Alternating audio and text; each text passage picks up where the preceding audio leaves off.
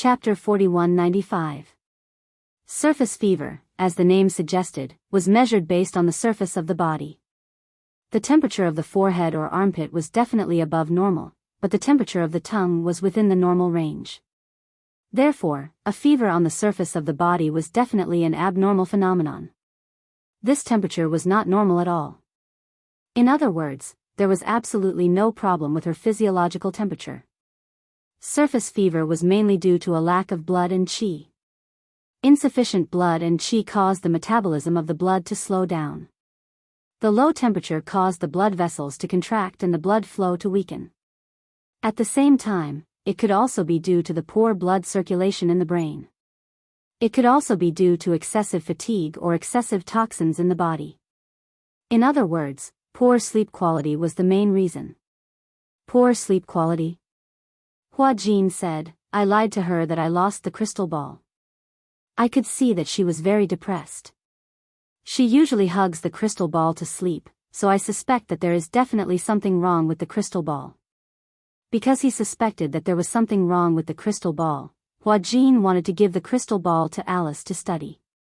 Alice took the crystal ball and observed it for a while. She came to a conclusion. I guess that the crystal ball is the main reason for her fever. Why? This is probably just a guess, but I think that if there are no unexpected circumstances, this guess is enough to be valid. What do you mean? You said that she usually hugs the crystal ball to sleep, but for the past few days, you hid the crystal ball and did not give it to her, right? Hua Jin nodded. Then, I guess that the other personality probably caused a psychological suggestion to the main personality. This psychological suggestion was guided by the crystal ball. The crystal ball is an important tool for hypnosis, so perhaps Natalia's main personality is being controlled by the second personality, and the second personality is using the crystal ball to control her. Hua Jin could not help but gasp when he heard this. The more he thought about it, the more terrified he became. He suddenly remembered that there was a gap in his memory some time ago. At first, he did not notice anything unusual. He thought that he must have been too tired or that his memory had deteriorated as he grew older. However, when he thought about it later, he realized that his memory had always been very good, especially when it came to memorizing scripts. He always memorized them very quickly and firmly. Later, when he found the crystal ball in Natalia's room, he began to suspect that he had been hypnotized by the crystal ball. He didn't know why, but he could vaguely see the shadow of another Natalia in Natalia. Sometimes, he would feel that Natalia was both unfamiliar and familiar at the same time. He felt like he had seen him somewhere before, but he couldn't remember where. It was like amnesia. Alice came to a conclusion. I'm guessing that Natalia's other personality came out before this. However, that personality might know hypnotism and used it on you to erase your short memories. Hypnosis? When Xianxia heard this, she immediately asked nervously, what are the symptoms after hypnosis? Chapter 4196. Some people will faint. Some people will feel very sleepy and want to sleep. Moreover, they will sleep very deeply and won't wake up no matter what. Ah. Xianxia let out a short ah, and her expression changed. She suddenly remembered that day. In order to fulfill Yu Yu's promise to Natalia, Gong Fan had personally made the dessert table. However, he suddenly fainted. When he woke up, he said that he was very sleepy. She hugged him and coaxed him to sleep. However, he had not woken up until now. He had not seen Gong Fan for a very, very long time. When Xianxia thought of this, her heart felt like it was being stabbed by a knife. Alice saw that Xianxia's expression was ugly and asked worriedly, what's wrong? Why do you suddenly look so pale? Does that mean that Gong Fan was also hypnotized by Natalia's other personality? When Alice heard this, her expression froze. What do you mean? Xianxia immediately recounted what had happened that day to Alice in detail, excluding the cause and effect of the incident. When Alice heard this, her eyes flickered and her expression became very serious. When Xianxia saw that Alice's expression did not look good, she also felt worried. Actually, I have no way of knowing why Gong Fan hasn't woken up until now. I'm so afraid that he has disappeared from Yu Yu's body. However, I can't ask and I can't see. I can only live in fear every day. There's nothing I can do. However, just as you said, I thought about it carefully. Indeed, on the day that Gong Fan had a problem, Natalia was also there. The symptoms basically match what you said. I'm pregnant. Could he have been hypnotized by Natalia? It's not Natalia. Hua Jin suddenly said. Yun Shishir looked at Hua Jin and heard Hua Jin say, perhaps it's Natalia. Natalia would never do such a thing. You don't know her well. No. Hua Jin's attitude was firm. It can't be Natalia. Otherwise, why didn't Natalia hypnotize me? Everyone fell silent. Alice always felt that there was something fishy about this matter, but she couldn't figure out what exactly it was. Her thoughts were in a mess. There seemed to be a flash of inspiration in her mind, but she couldn't grasp it.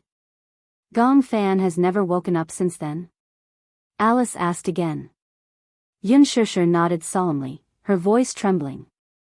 I miss him very much. For a long time, she suppressed her emotions and did not want to show them in front of Yu Yu and Muyaja. But, she was also worried. Even though she kept comforting herself that it would be good for Yu Yu if Gong Fan's personality disappeared. Was this not what she had been most happy to see in the past? However, no matter how much she comforted herself, she couldn't convince herself otherwise. She was afraid that her indecisiveness would hurt Yu Yu. Could Gong Fan have disappeared? Yun Shishir looked at Alice with reddened eyes, like a person in distress and despair. Alice stared fixedly at Yun Shishir with furrowed brows, not knowing how to answer her question. She pretended to be calm, but deep down, she didn't know what had happened to Gong Fan. Chapter 4197. Separated by a door, Yu Yu stood in the room. Through the gap between the door and the door, he silently watched the dazed Yun Shishir in the living room. His fingers trembled slightly. Yu Yu took a deep breath and turned around. He leaned against the door gently, his eyes filled with heartache. Gong Fan had indeed disappeared for a long time, but he didn't know why he had disappeared. However, he didn't know that his mommy was so worried about Gong Fan. She was probably afraid that he would be sad. She was afraid that he would think that her love for him was divided into two parts. One part belonged to him and the other part belonged to Gong Fan. Hence, she pretended to be calm, as if she wasn't that worried. Actually, she should be very worried. Yu Yu knew that his mommy had feelings for Gong Fan. He even noticed that during this period of time, every morning when she woke up and rushed into the room, she would see him. The dejection in her eyes couldn't deceive anyone. Yu Yu closed his eyes and muttered, Gong Fan, where have you been? However, deep inside his body, there was no sound at all. Gong Fan had disappeared. Yu Yu was feeling dejected when he suddenly heard Yun Shishir's serious voice outside the door. No. You can't take Yu Yu and Natalia away. When Yu Yu heard this, he turned around and looked through the gap in the door. He saw Yun Shishir sitting on the sofa with a determined expression. I won't let you take Yu Yu and Natalia away. It turned out that Alice had tactfully mentioned that she hoped that Yu Yu and Natalia would be taken away for some research. When Yun Shishir heard this, she was like a cat that had been provoked. She immediately became alert and her attitude was resolute. Although she still maintained a calm and polite attitude, the resistance in her eyes was obvious. No. She said firmly, I know that you're doing this for Yu Yu's good, but I won't allow Yu Yu to leave my side again. When Alice heard this, she sighed helplessly. She understood Yun Shishir's concerns. However, she had reaped what she had sown. After all, she had hypnotized Yu Yu and wiped away Yu Yu's memories. Yun Shishir was more or less afraid of her. If Yu Yu were to be handed to me, would you also be worried? Yun Shishir didn't speak. She bit her lip and clenched her fists. Alice said, as you said, there is indeed a problem with Gong Fan's disappearance for so long. I'm just as worried as you are. However, if we don't take Yu Yu and Natalia back for research, I won't be able to find out what happened to them. I won't be able to determine what happened to them. Hence, I want to take them back for research. We can only find out what the problem is then. Moreover, I also feel that Natalia's situation is very dangerous now. I can't guarantee that. No. When it came to this topic, Xianxia's attitude was as firm as steel. Alice immediately lowered her head helplessly and rubbed her forehead with a headache. When Huajin heard this, he was a little worried. You said that Natalia's situation is very dangerous now.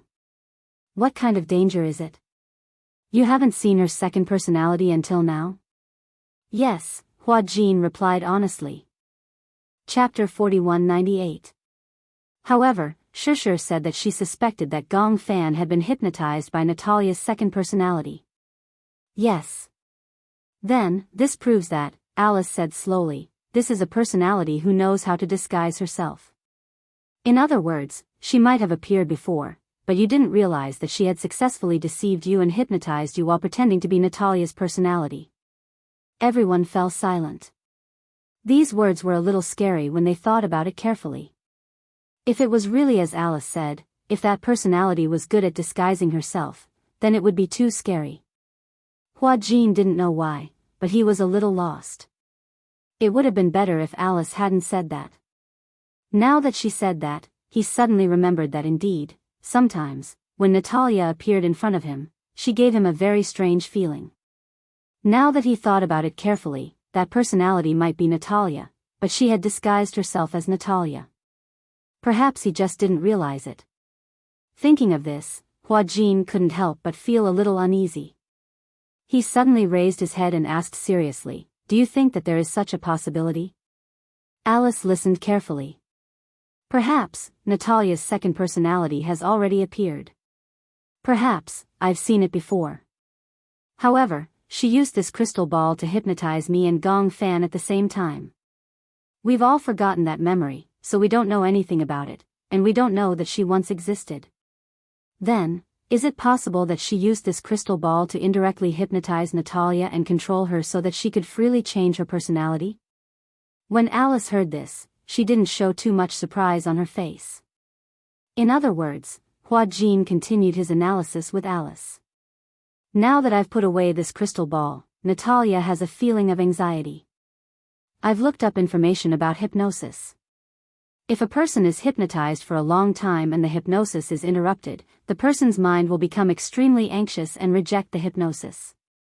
It can even lead to drowsiness, illness, and the deterioration of various immune systems. Alice nodded and felt that his analysis was very pertinent. I also have the same suspicion. So, because of this, I want to bring both of them back for observation for a period of time. Otherwise, I won't be at ease. However, as you can see, if I really bring both of them back, Xianxia won't be at ease. Everyone fell silent again. Not only Xianxia, but even Huajin was worried that Natalia would be in danger if she was taken away by Alice. After spending some time together, it was impossible to say that Huajin didn't have any feelings for Natalia. He couldn't bear to hand Natalia over to Alice. It was too risky. His heart would ache. He couldn't even imagine Natalia being trapped in the laboratory and subjected to those inhumane experiments. However, if he kept Natalia by his side, he couldn't guarantee that Natalia's condition would be stable. What should he do? Huajin was also in a dilemma. He raised his head and looked at Xianxia. He saw that she was in a daze, but he didn't know what she was thinking. Chapter 4199. Alice clenched her fists and suddenly looked up. Her expression was firm as if she had made a big decision. She said firmly, "Since you can't bear to part with Yu, then I'll come over. If Huajin doesn't mind, I'll settle down in his house. On one hand, I can take care of Natalia and observe her. On the other hand, I can monitor Yu's condition. This way, you won't be separated from your son. What do you think?" Huajin and Xianxia were in disbelief when they heard this. Especially Xianxia. She found it hard to believe that Alice would leave everything in Hurricane to take care of Natalia. "You. What about your work at Hurricane? What are you going to do?" "What else can I do? I can only run from side to side. Otherwise, I won't be able to rest assured about Natalia and Yu. This is the only way. Alice said it casually. However, Yun Shishir knew from Gong Jia that although Alice was young, she had achievements that did not match her age. Hence, she had a lot of work to do at Hurricane. Was she willing to leave everything behind to take care of Natalia and Yu? Yun Shishir felt a little guilty. Hua Jin was also a little hesitant. Are you sure? I heard that you have a lot of work to do. You can't be running back and forth all the time, right? It's fine. Alice sighed deeply. Actually, I can understand Shishir. After all, Shishir is a little traumatized by my hypnotism. I understand that she doesn't dare to take the risk. But I can also understand you. But I'm still surprised that you and Natalia have such deep feelings for each other in such a short time. Hua Jin smiled embarrassedly when he heard this. He said helplessly, I just feel a little sorry for her. I want to give her a good childhood. At least, she doesn't have to spend all her time in the hospital. Upon hearing this, Alice's gaze warmed, but she couldn't help but tease. Are you being so careful because Gong Jia threatened you? I'm afraid that if I don't take good care of Natalia, Gong Jia will blame me. Hua Jin hesitated for a long time and had to admit, well, that's one of the reasons. Gong Jia said that if I didn't take good care of Natalia, he would kill me. Who? It was as if a cold current had blown past. Alice and Yun Shishir looked at each other awkwardly and remained silent for a long time.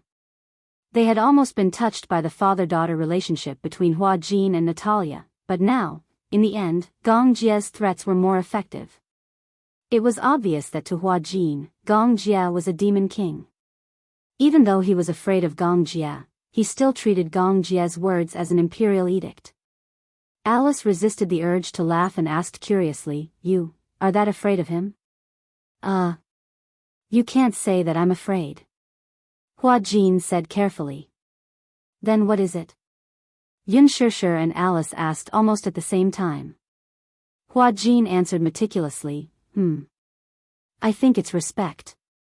Respect, this word almost made Yun Shishir burst out laughing uncontrollably. Using the word respect was a bit too ridiculous. Chapter 4200. That's true. After hearing this, Hua Jin agreed that there was indeed nothing to fear from Gong Jia. Although his identity was a little shocking to ordinary people, once they were familiar with him, they would not be so fearful. But, for some reason, he was clearly hinting to himself that Gong Jia was just an ordinary person and there was no need to be afraid of him. However, every time Gong Jia stood in front of him, there was an invisible aura that felt like it was going to break his bones. Even if a person with a strong aura did not have any expression on his face, he was still imposing. However, for some reason, Hua Jin had an inexplicable desire to gossip about Gong Jia. Did you grow up with him? I guess so. When I met him, he was still a young and inexperienced teenager. However, after being in Hurricane for so many years, I heard his father gossip about what he was like when he was young. Yun Shishir was also interested. She and Gong Jia were separated when they were young and only reunited after a long time. Therefore, she was very interested in Gong Jia's childhood. What was Gong Jia like when he was young? Alice narrowed her eyes and frowned slightly. She thought hard for a long time but did not know where to start. How should I put it? Yun Shishir gave her a clue. When did Shao Jia return to the Gong family? Alice was stunned. After hesitating for a long time, she said, I remember old master mentioning that when Gong Jia returned to the Gong family, there was an accident. I think you should know about that accident, Shishir. Because of a car accident, when old master brought Gong Jia back, he seemed to have lost that part of his memory. He only remembered that he had an older sister. According to him, the rest of his memories were blurry. When he returned to the Gong family at a young age, he lost his mother and older sister because of a car accident. However, that accident was like a dream to Gong Jia at that time. When he returned to the Gong family, the little fellow did not know how to cry, nor did he know how to make a fuss. Later on, after a long period of hunger strikes, he became malnourished. Thus, he was put on an intravenous drip. Later, no one knew what Gong Xiaoying and Gong Jia talked about, but the two of them stayed in the study for the whole afternoon. Gong Xiaoying took a bottle of whiskey and gave it to the little guy. At that time, the attendants were terrified. The Gong Jia was a noble young master. There were many people who tried to stop the Gong Xiaoying from giving alcohol to such a young child. However, with Gong Xiaoying's expression, no one could stop him. She only knew that Gong Jia was drunk that day. He was drunk, but he didn't make a fuss. He just sat on the sofa stubbornly. His eyes were red, and his tears dripped onto the carpet, wetting his eyelashes. The more he drank, the harder he cried. He sobbed for his mommy and sister. Gong Xiaoying had no choice but to tell him the cruel truth. His mother was dead, and so was his sister. All of a sudden, it was as if the floodgates had been opened. The little guy cried the whole night. The next day, he started to have a high fever and almost contracted pneumonia. When the fever subsided, he finally woke up from his muddle-headed state. However, his temperament had changed greatly. He didn't like to smile, and he didn't cry easily. Chapter 4201.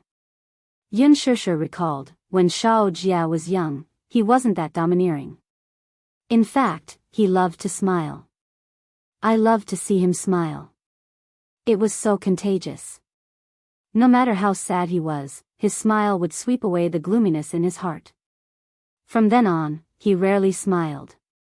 From then on, Gong Jia began to receive military training in the Gong family. Gradually, as he grew older, he began to stand out among his peers. Gong Xiaoying was proud of having such an outstanding son. When he reached adulthood, he gradually entrusted him with some of the Hurricane Group's affairs. Gong Jia was very capable. Whatever Gong Xiaoying entrusted to him, he would always complete it well. However, Gong Xiaoying obviously underestimated his son's ambition. As the saying goes, the younger generation will surpass the older. This saying was true. Gong Jia's ambition would only be greater than Gong Xiaoying's, not less than Gong Xiaoying's. The Gong family consisted of the main family and many other branches. In such a large family, it was inevitable that the juniors of Gong Jia's age would have their first awakening of love when they were young. Young men like Gong Jia were addicted to debauchery at that time, but Gong Jia had no interest in women. Did you know? At that time, Master was very anxious. He thought that his son's orientation was abnormal. That's why he's been hinting to Gong Jia to find a girlfriend. For some reason, Hua Jin's eyelids twitched violently when he heard Alice's words. He didn't dare to look into Alice's eyes. He thought to himself, could it be that Gong Jia really had no interest in women? Yun Shishir was also worried. I also feel that Shao Jia has no interest in women, but that shouldn't be the case, right? A straight man like him shouldn't like men. After pausing for a moment, Yun Shishir changed the topic. However, even if Shao Jia likes men, I will support him. As long as it's someone he likes, I will support him unconditionally. Cough. Hua Jin happened to be drinking water and choked at the wrong time. Yun Shishir looked at him and rebuked, "You can even choke on water?" "Nothing." Hua Jin quickly added, "I was scared by you." However, Gong Jia definitely doesn't like men. Are you sure? Alice disagreed. Most of the men I've seen think with their lower bodies. Logically speaking, adult men should have physiological needs that other men have, right? Even if he didn't talk about feelings, it was too illogical that he didn't have a woman after so many years. Anyway, everyone in the Gong family thinks that he's abnormal. Cough, this might not necessarily be the case. Some men have better self-control. Haha. Alice couldn't help but say, "You really don't understand men. Could it be that you've never had a woman before?" Hua Jin looked away guiltily. He had a woman. However, he had never been willing to have one. Speaking of which, he didn't seem to have any special feelings for a woman. Lin Shuya was one thing. When it came to Lin Shuya, he only had a sense of routine.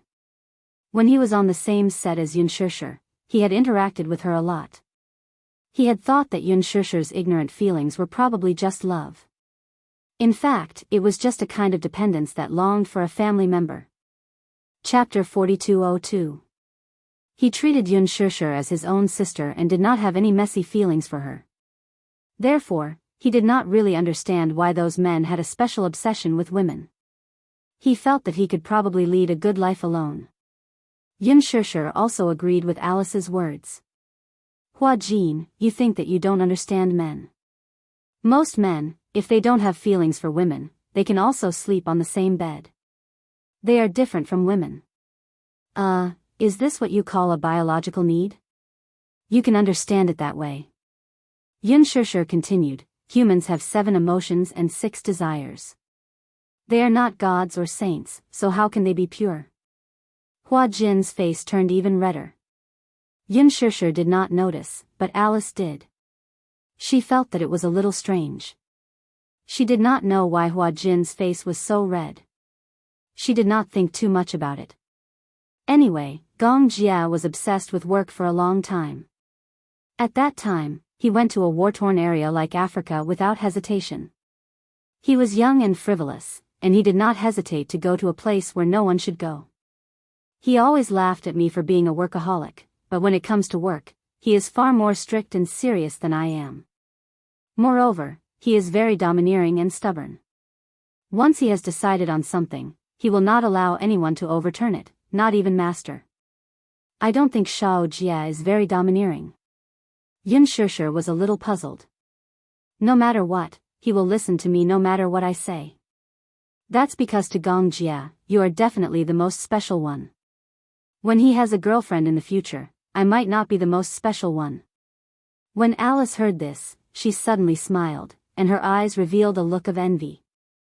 You know what? I'm especially envious of you, she said sincerely. Xianxia heard this and was a little puzzled. Why? What do I have to be envious of? I'm envious of you. You've already achieved so much at such a young age. Alice couldn't help but smile bitterly. In fact, no matter how strong she was at work, Alice was still a woman. In the past, she had also yearned for love and family.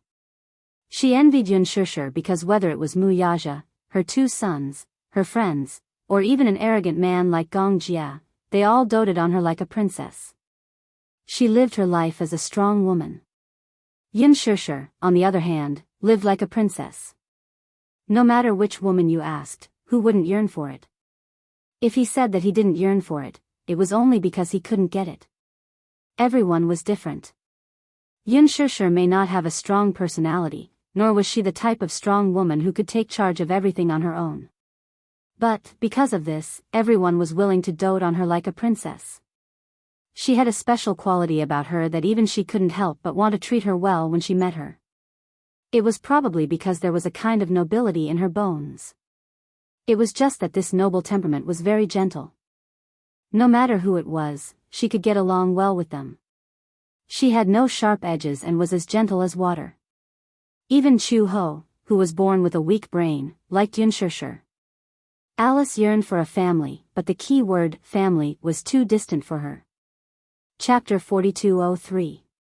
The topic of the 3 of them changed from Gong Jia to Alice. Xianxia, on the other hand, was very curious.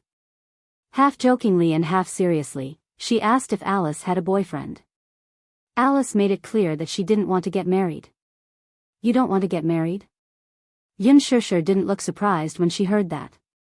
Some women didn't like to get married, probably because they were disappointed in men and marriage. They didn't want marriage to restrict their freedom. Alice said frankly, actually, I have a lot of expectations for marriage and family. But this expectation is too heavy. I can't ask for it, so I don't want it anymore. Why? Xianxia, on the other hand, could not understand what he meant.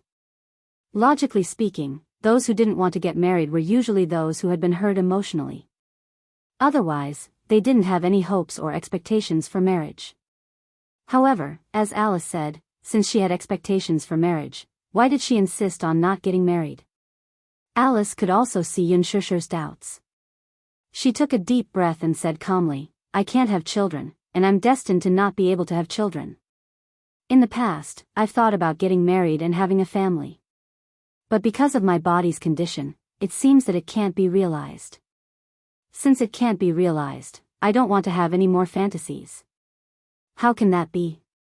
Yunshishi was surprised when she heard that she couldn't have children. She had never heard Alice mention this before.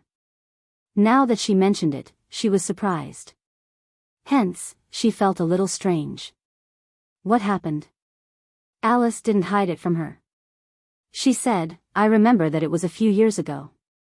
Gong Jia came back from Africa and was infected with the plague there. I still remember that time in Africa, the plague was rampant. When Gong Jia came back to Hurricane, he was immediately quarantined. At that time, no one could do anything about this virus. In Africa, once someone is infected with this virus, they are treated like corpses. Many people who are infected with this virus are thrown into the quarantine zone like rotting livestock. Most of them starve to death before the virus takes over their lives. Starve to death. When Yunshishi heard this, her heart couldn't help but clench. Of course, she knew that Gong Jia had recovered, but how did he recover? Yunshishi faintly felt that it must be related to Alice's infertility. She used to pay attention to the news when she was in university, so she knew about the Amelia virus in Africa. Is it the Amela virus? Alice nodded. It was the Imanla virus. At that time, Gong Jia's infection had not been serious, but no one knew when it had worsened. Yunshishi was suddenly enlightened. I heard that a vaccine was developed for that virus, but until now, the epidemic in Africa has not been controlled. Yes. Alice said, because the cost of the vaccine is very high, many places in Africa are relatively barren. Most of the war refugees don't have the means to be cured. Yunshishi asked tentatively, this vaccine, was it developed by you? Yes. Then, Yunshishi and Hua Jin said almost in unison, was it developed by you? Chapter 4204. At that time, Alice was still a young doctor. She was not an authority in this field. Therefore, she was helpless against such a plague. After Gong Jia and a few others were quarantined, the medical center of Hurricane was out of control for a long time. No one knew how terrible this virus was. It also meant that no one knew how long Gong Jia could survive after being infected with this plague. Many of the mercenaries who came back from Africa with him and were infected with this virus did not survive. Therefore, Alice was very nervous at that time. More importantly, in the end, even though the preliminary vaccine had been obtained, no one dared to put it into use without testing it first. No one dared to test it on Gong Jia's body. Therefore, at that time, Alice did not know what she was thinking. She appeared in the laboratory and calmly proposed the idea of using herself as an experiment subject. Everyone was overjoyed. At that time, Alice was still very young and had not entered Hurricane yet. She was just an intern in the medical center and was not considered an experienced doctor. Therefore, in the eyes of many people, she was worthless. However, since she was willing to use her body as the price, the researchers who were researching the vaccine were naturally surprised. However, Alice was also informed in advance that because the vaccine was the preliminary vaccine, once the implantation failed, the virus would backfire and her life would be in danger.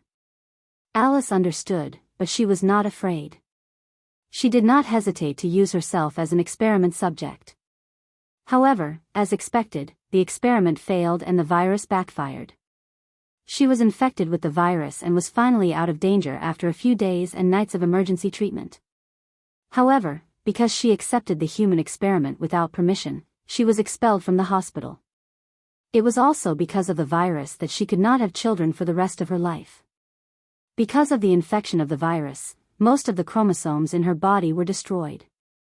Even if she could have children, there was a terrible possibility that she would give birth to a deformed child. Therefore, she gave up. You did it for Gong Jia. Alice suddenly fell silent. She pursed her lips and said calmly, you can think of me as the Virgin Mary. For the health of the world, I sacrificed my life for righteousness. She was so relaxed that it was difficult to see how painful it was to make this choice at that time. However, Alice did not mention that she was willing to do it for the sake of Gongjie. She had seen Gongjie before. Before entering the hurricane, she had met him by chance as a medical volunteer in Africa. It was only this side that seemed to last for 10,000 years. She dreamed of entering Hurricane and becoming a member of the Hurricane Medical Center. However, as soon as she arrived at Hurricane, she had to deal with the news that Gongjie was infected with the virus. She did it almost without thinking, even though she knew that this result was definitely not something she could bear. However, at that time, her head was hot and she didn't think about anything else. Gongjie didn't even know about it. Alice also rarely mentioned this matter. Infertility was the result of a series of full-body checkups after her recovery. She couldn't accept it, but she had to. Fortunately, Gongjie didn't have any serious problems. After learning a lesson from Alice, the vaccine was perfected. Therefore, Gongjie recovered very well. Chapter 4205.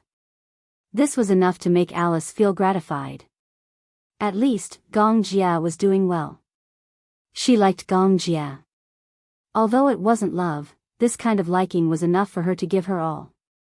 However, she had never confessed her love for Gongjie to anyone. It wasn't that she didn't think that she was worthy of Gongjie, but she knew that Gongjie had no interest in her. If the feelings of liking someone were not mutually willing, then it would only become a burden to reveal one's heart.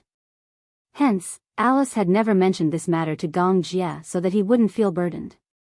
She also didn't feel that Gongjie had to reciprocate her love and her efforts. This wasn't liking someone. This was kidnapping. This was extortion. This wasn't her motive, and it wasn't her style of doing things. Hence, she suppressed this matter in her heart. She also restrained her love for Gongjie deep in her heart. Alice smiled. I didn't expect that my unintentional actions would indirectly save Gongjie. It's really a coincidence.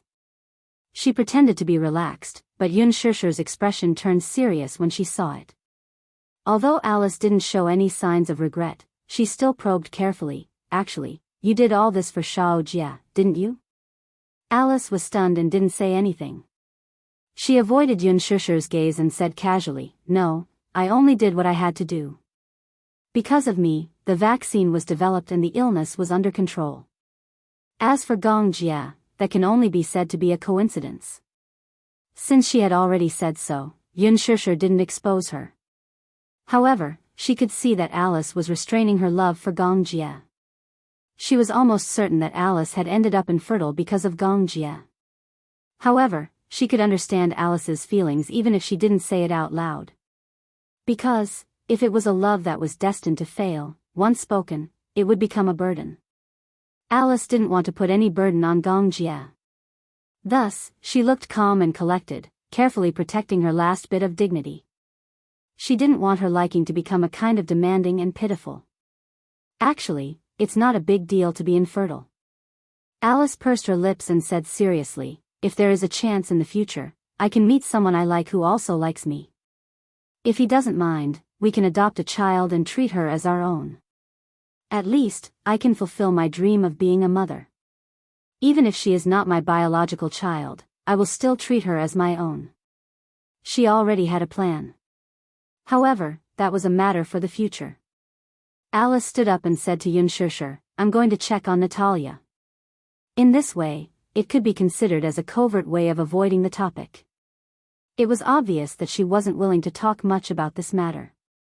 Yun Shishir and Hua Jin also tacitly agreed and stood up with her. The three of them entered the room. At that moment, Yu Yu was sitting in front of the bed and Xiao Yichen was leaning against the sofa. He was obviously sleepy and had fallen asleep. However, he was a light sleeper and had originally closed his eyes to rest. When Alice walked in just now, he woke up with a start. Xiao Yichen opened his eyes and saw that it was Alice and Yun Shishir. He stood up and said, Mommy. Alice, you're here too. Chapter 4206. How's Natalia? Yu Yu said, her fever seems to have subsided a little. It's not as serious as before. Let me take a look. Alice walked over and took out her thermometer. She scanned her body and the temperature was 39 degrees Celsius. This meant that her fever was slowly subsiding. She relaxed her eyebrows. It seems that her fever is subsiding. Xianxia also heaved a sigh of relief. Hua Jin was still worried. Will it relapse? I don't know. Alice shook her head. My initial suspicion is that she has a fever on the surface of her body. There's no inflammation, no virus infection, and no signs of a cold or fever. I'm guessing that she probably hasn't slept well for a few days. Her body is weak, so it's just a fever on the surface of her body. She should be fine after more rest. Hua Jin was relieved to hear this. Xianxia asked worriedly, are you sure you're all right now? 39.8 degrees Celsius. This number scared me. Yu Yu's body was weak when he was young, but he didn't have such a high fever. Alice comforted her. Don't worry, she'll be fine. If anything happens, I'll ensure her safety. Since I'm here today, I don't plan to leave. Don't worry and have fun. It's rare that you have a break, so you should enjoy it. Leave Natalia to me. Hua Jin couldn't help but feel worried when she said this. He said sadly, I don't have the mood to play anymore seeing her like this. It's okay, I'll stay here to keep her company. Alice nodded. Don't worry, she'll have a good night's sleep. If there are no accidents, her fever should be gone by tomorrow. That's good. With Alice around, Xianxia was relieved. She noticed that Yu Yu's eyes were glued to Natalia, so she walked over to him and squatted down gently. She said seriously, stay here and take good care of Natalia, okay? Yu Yu looked at her and then at Alice. Suddenly, she said, since Alice is here, she will take good care of Natalia. I want to accompany Mommy. Xianxia was a little surprised when she heard this. She was not surprised that Yu Yu liked to stick to her since she was young. But, at some point, Yu Yu also started to become independent. Slowly, she no longer relied on her as much as before. She originally thought that Yu Yu wouldn't bear to leave Natalia and would stay to take care of her. She didn't expect him to say that he wanted to stay with her. Xianxia couldn't help but laugh. Mommy isn't sick. Why do you suddenly want to accompany Mommy? Mommy doesn't need Yu Yu to accompany her if she's not sick. Yu Yu suddenly stuck to her and held her hand. He snuggled into her embrace and said coquettishly, I just want to accompany Mommy. It was rare for Yu Yu to act coquettishly. Whenever he acted coquettishly, it was as if he had returned to the time when Yu Yu was 6 years old. He wanted to stick to her all the time, like a little tail that couldn't be shaken off. Xianxia's heart instantly softened, and her heart collapsed. She gently lifted Yu Yu up. He was already more than 10 years old. When she lifted him up, he instantly rested his head gently on her shoulder, just like when he was young. Xianxia didn't know why, but she could sense a sense of helplessness from him. She was so sensitive. Hence, she felt that Yu Yu was in low spirits today. Chapter 4207. It's nothing, Yu Yu's voice was muffled. It was not loud, but it sounded weak. I want to be with Mommy. Xianxia's eyelids suddenly twitched. She frowned slightly. She could vaguely sense that Yu Yu might have overheard her conversation with Alice. But even though she had lowered her voice, Yu Yu might have heard it and kept it in his heart. Would he think that she was worried about Gong Fan and no longer regarded him as the most important person? Xianxia did not know how to comfort him. She hugged Yu Yu tightly and smiled at Hua Jin and Alice. Then, she carried Yu Yu and turned to leave. There was a long silence on the way back. It was only when they were about to enter the villa that Yu Yu asked softly, Mommy, are you worried that Gong Fan will never come back? Xianxia was stunned when she heard this. It was only after a long time that she found her voice. I'm a little worried. After all, he hasn't appeared for a long time. It's really strange. Mommy, if he disappears forever, please don't blame me, okay? Yu was a little helpless and said honestly, I'm worried too. I'm afraid that he will suddenly disappear. I'm actually prepared to live with him, but I don't know why, but it's as if he suddenly disappeared and I can't find him. Xianxia did not know whether to laugh or cry when she heard this. Why would he think that? Why would you think that? Why would mommy blame you for this? Xianxia knew that Yu had found out about her worries and helplessness. He felt guilty, helpless, and uneasy because of this. She felt helpless. She had not controlled her emotions well and made Yu so uneasy. Don't worry, mommy didn't think too much. Don't be sad. Besides, isn't it a good thing that Gong Fan has disappeared? Does that at least mean that you've recovered? Yu nodded gently. Xianxia carried him back to the room and comforted him. Don't let your imagination run wild, okay? All right. However, Yu was unwilling to return to the room. Instead, he said to Xianxia, Mommy, I want to go out to sea. Go to sea, yes. Let's go out to sea with Daddy and Xiao Chen, okay? What about your sister? Younger sister, she's seasick. Moreover, the wind at sea is too strong, and the sun is too strong. Younger sister's skin is so tender. It's not worth it if it peels. Yes. Xianxia asked Wuxia to charter a boat, and the family of 4 went out to sea. The journey out to sea took a full day. Lunch was also held at sea. Lunch consisted of freshly caught fish that had not undergone too much processing. Everything retained its original taste and was delicious. When little Chen and Yu went out to sea, they sat back to back and fished by the side of the boat. Xianxia, on the other hand, hugged fresh coconuts and basked in the sun as she fell into a daze. When they returned in the evening, Xianxia went to check on Natalia. Fortunately, just as Alice had said, her temperature had dropped quickly. Although it had not returned to normal, it meant that she was getting better. Chapter 4208.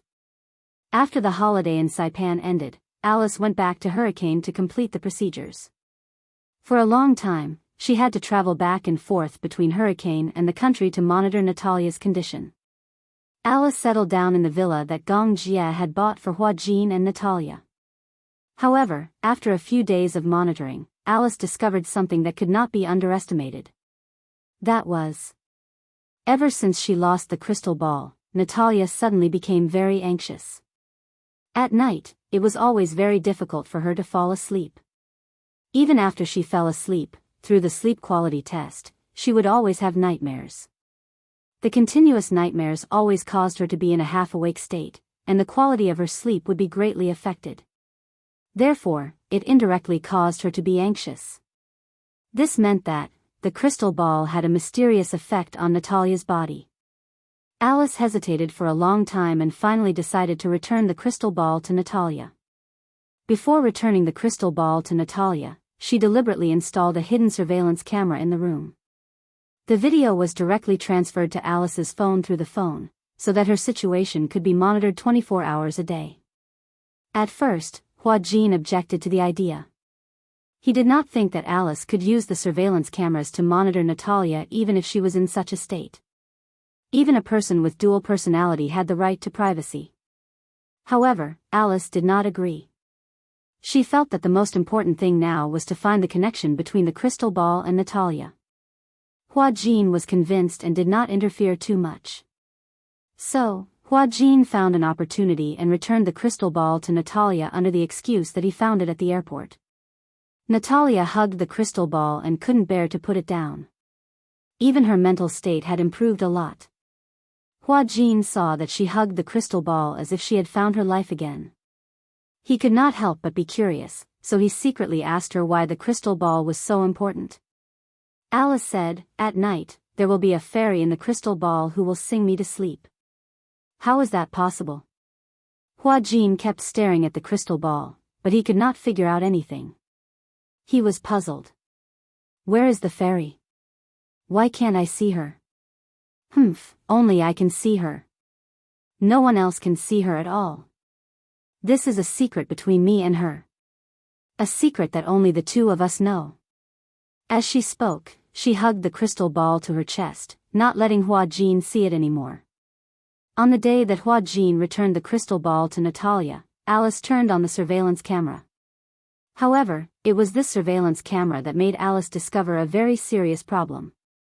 She found that every day before she went to bed, Natalia would hold the crystal ball and stare blankly for half a day, as if she could see something from the crystal ball.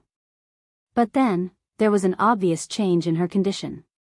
This state was not unfamiliar. Alice knew very well that Natalia had been hypnotized into this state. How could this be? This was somewhat beyond Alice's knowledge. Logically speaking, even if it was hypnotism, it still required the hypnotist and the hypnotist to work together. Not one of them could be missing. The crystal ball was nothing more than an auxiliary tool. Chapter 4209. What was even more surprising was that Alice finally discovered Natalia's second personality during the surveillance. Natalia appeared. It was early in the morning. Alice set an alarm to wake up. Usually, Natalia would wake up at 8:00, but Alice would set an alarm at 7 o'clock. She would wake up early and pay attention to Natalia's situation at all times. She clearly noticed that the moment Natalia opened her eyes, she became a stranger. She didn't know that there were surveillance cameras in the room, and she didn't know that her every word and action was being monitored by Alice. Not to mention her, even Hua Jin didn't know where Alice had secretly placed the surveillance cameras. In fact, Alice had placed the surveillance cameras very discreetly.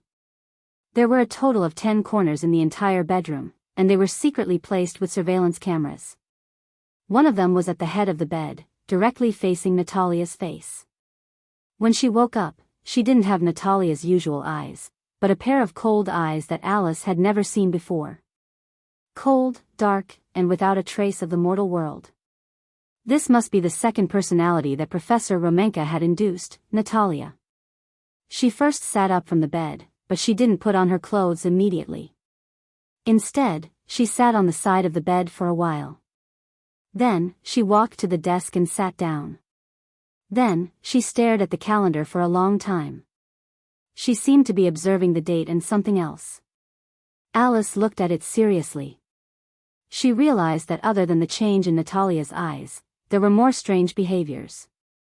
Only then did she really believe that the person in front of her was Natalia's second personality, Natalia, and not Natalia.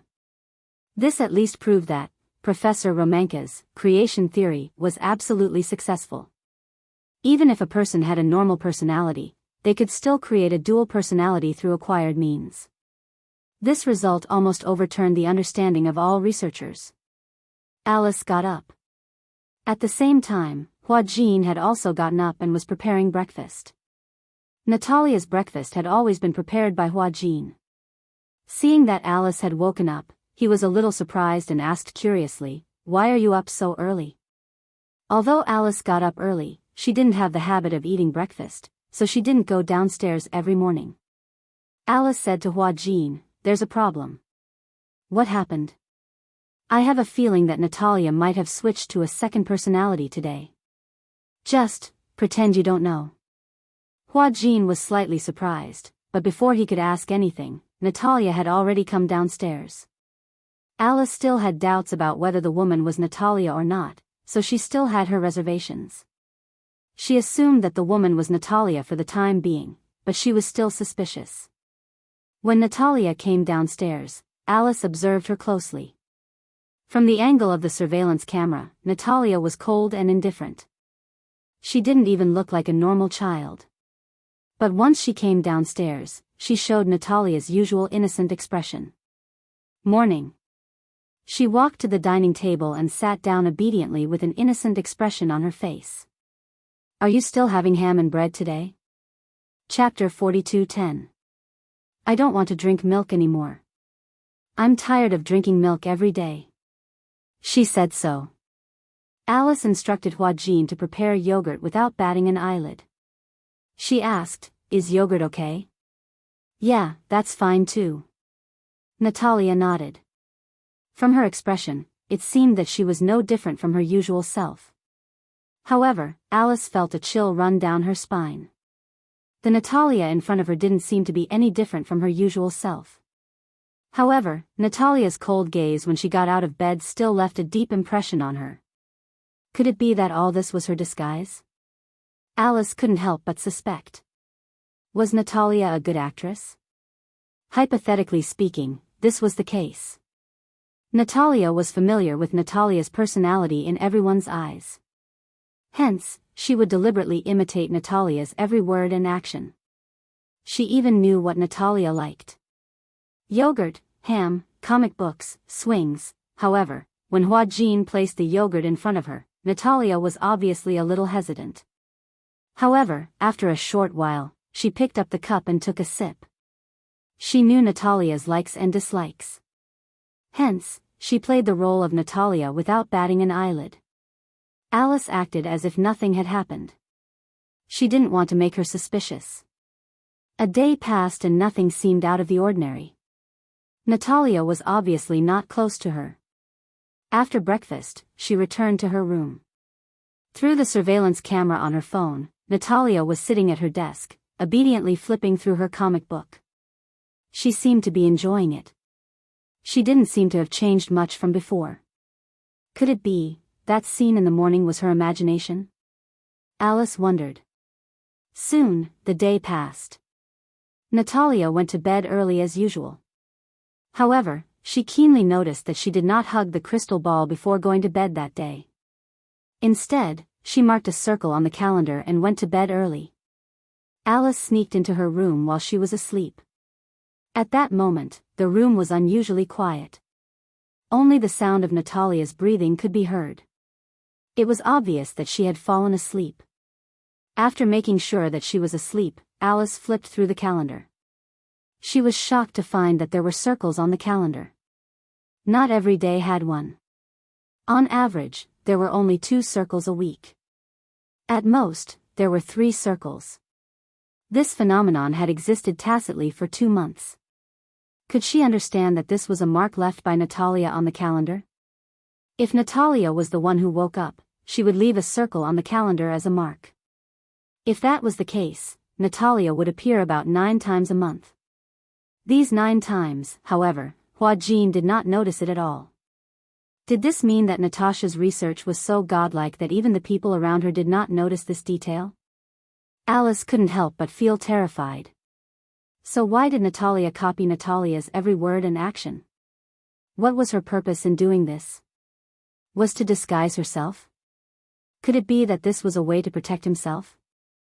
Then, if the hypnosis was real, what was Natalia's purpose for hypnotizing Hua Jin and Gong Fan?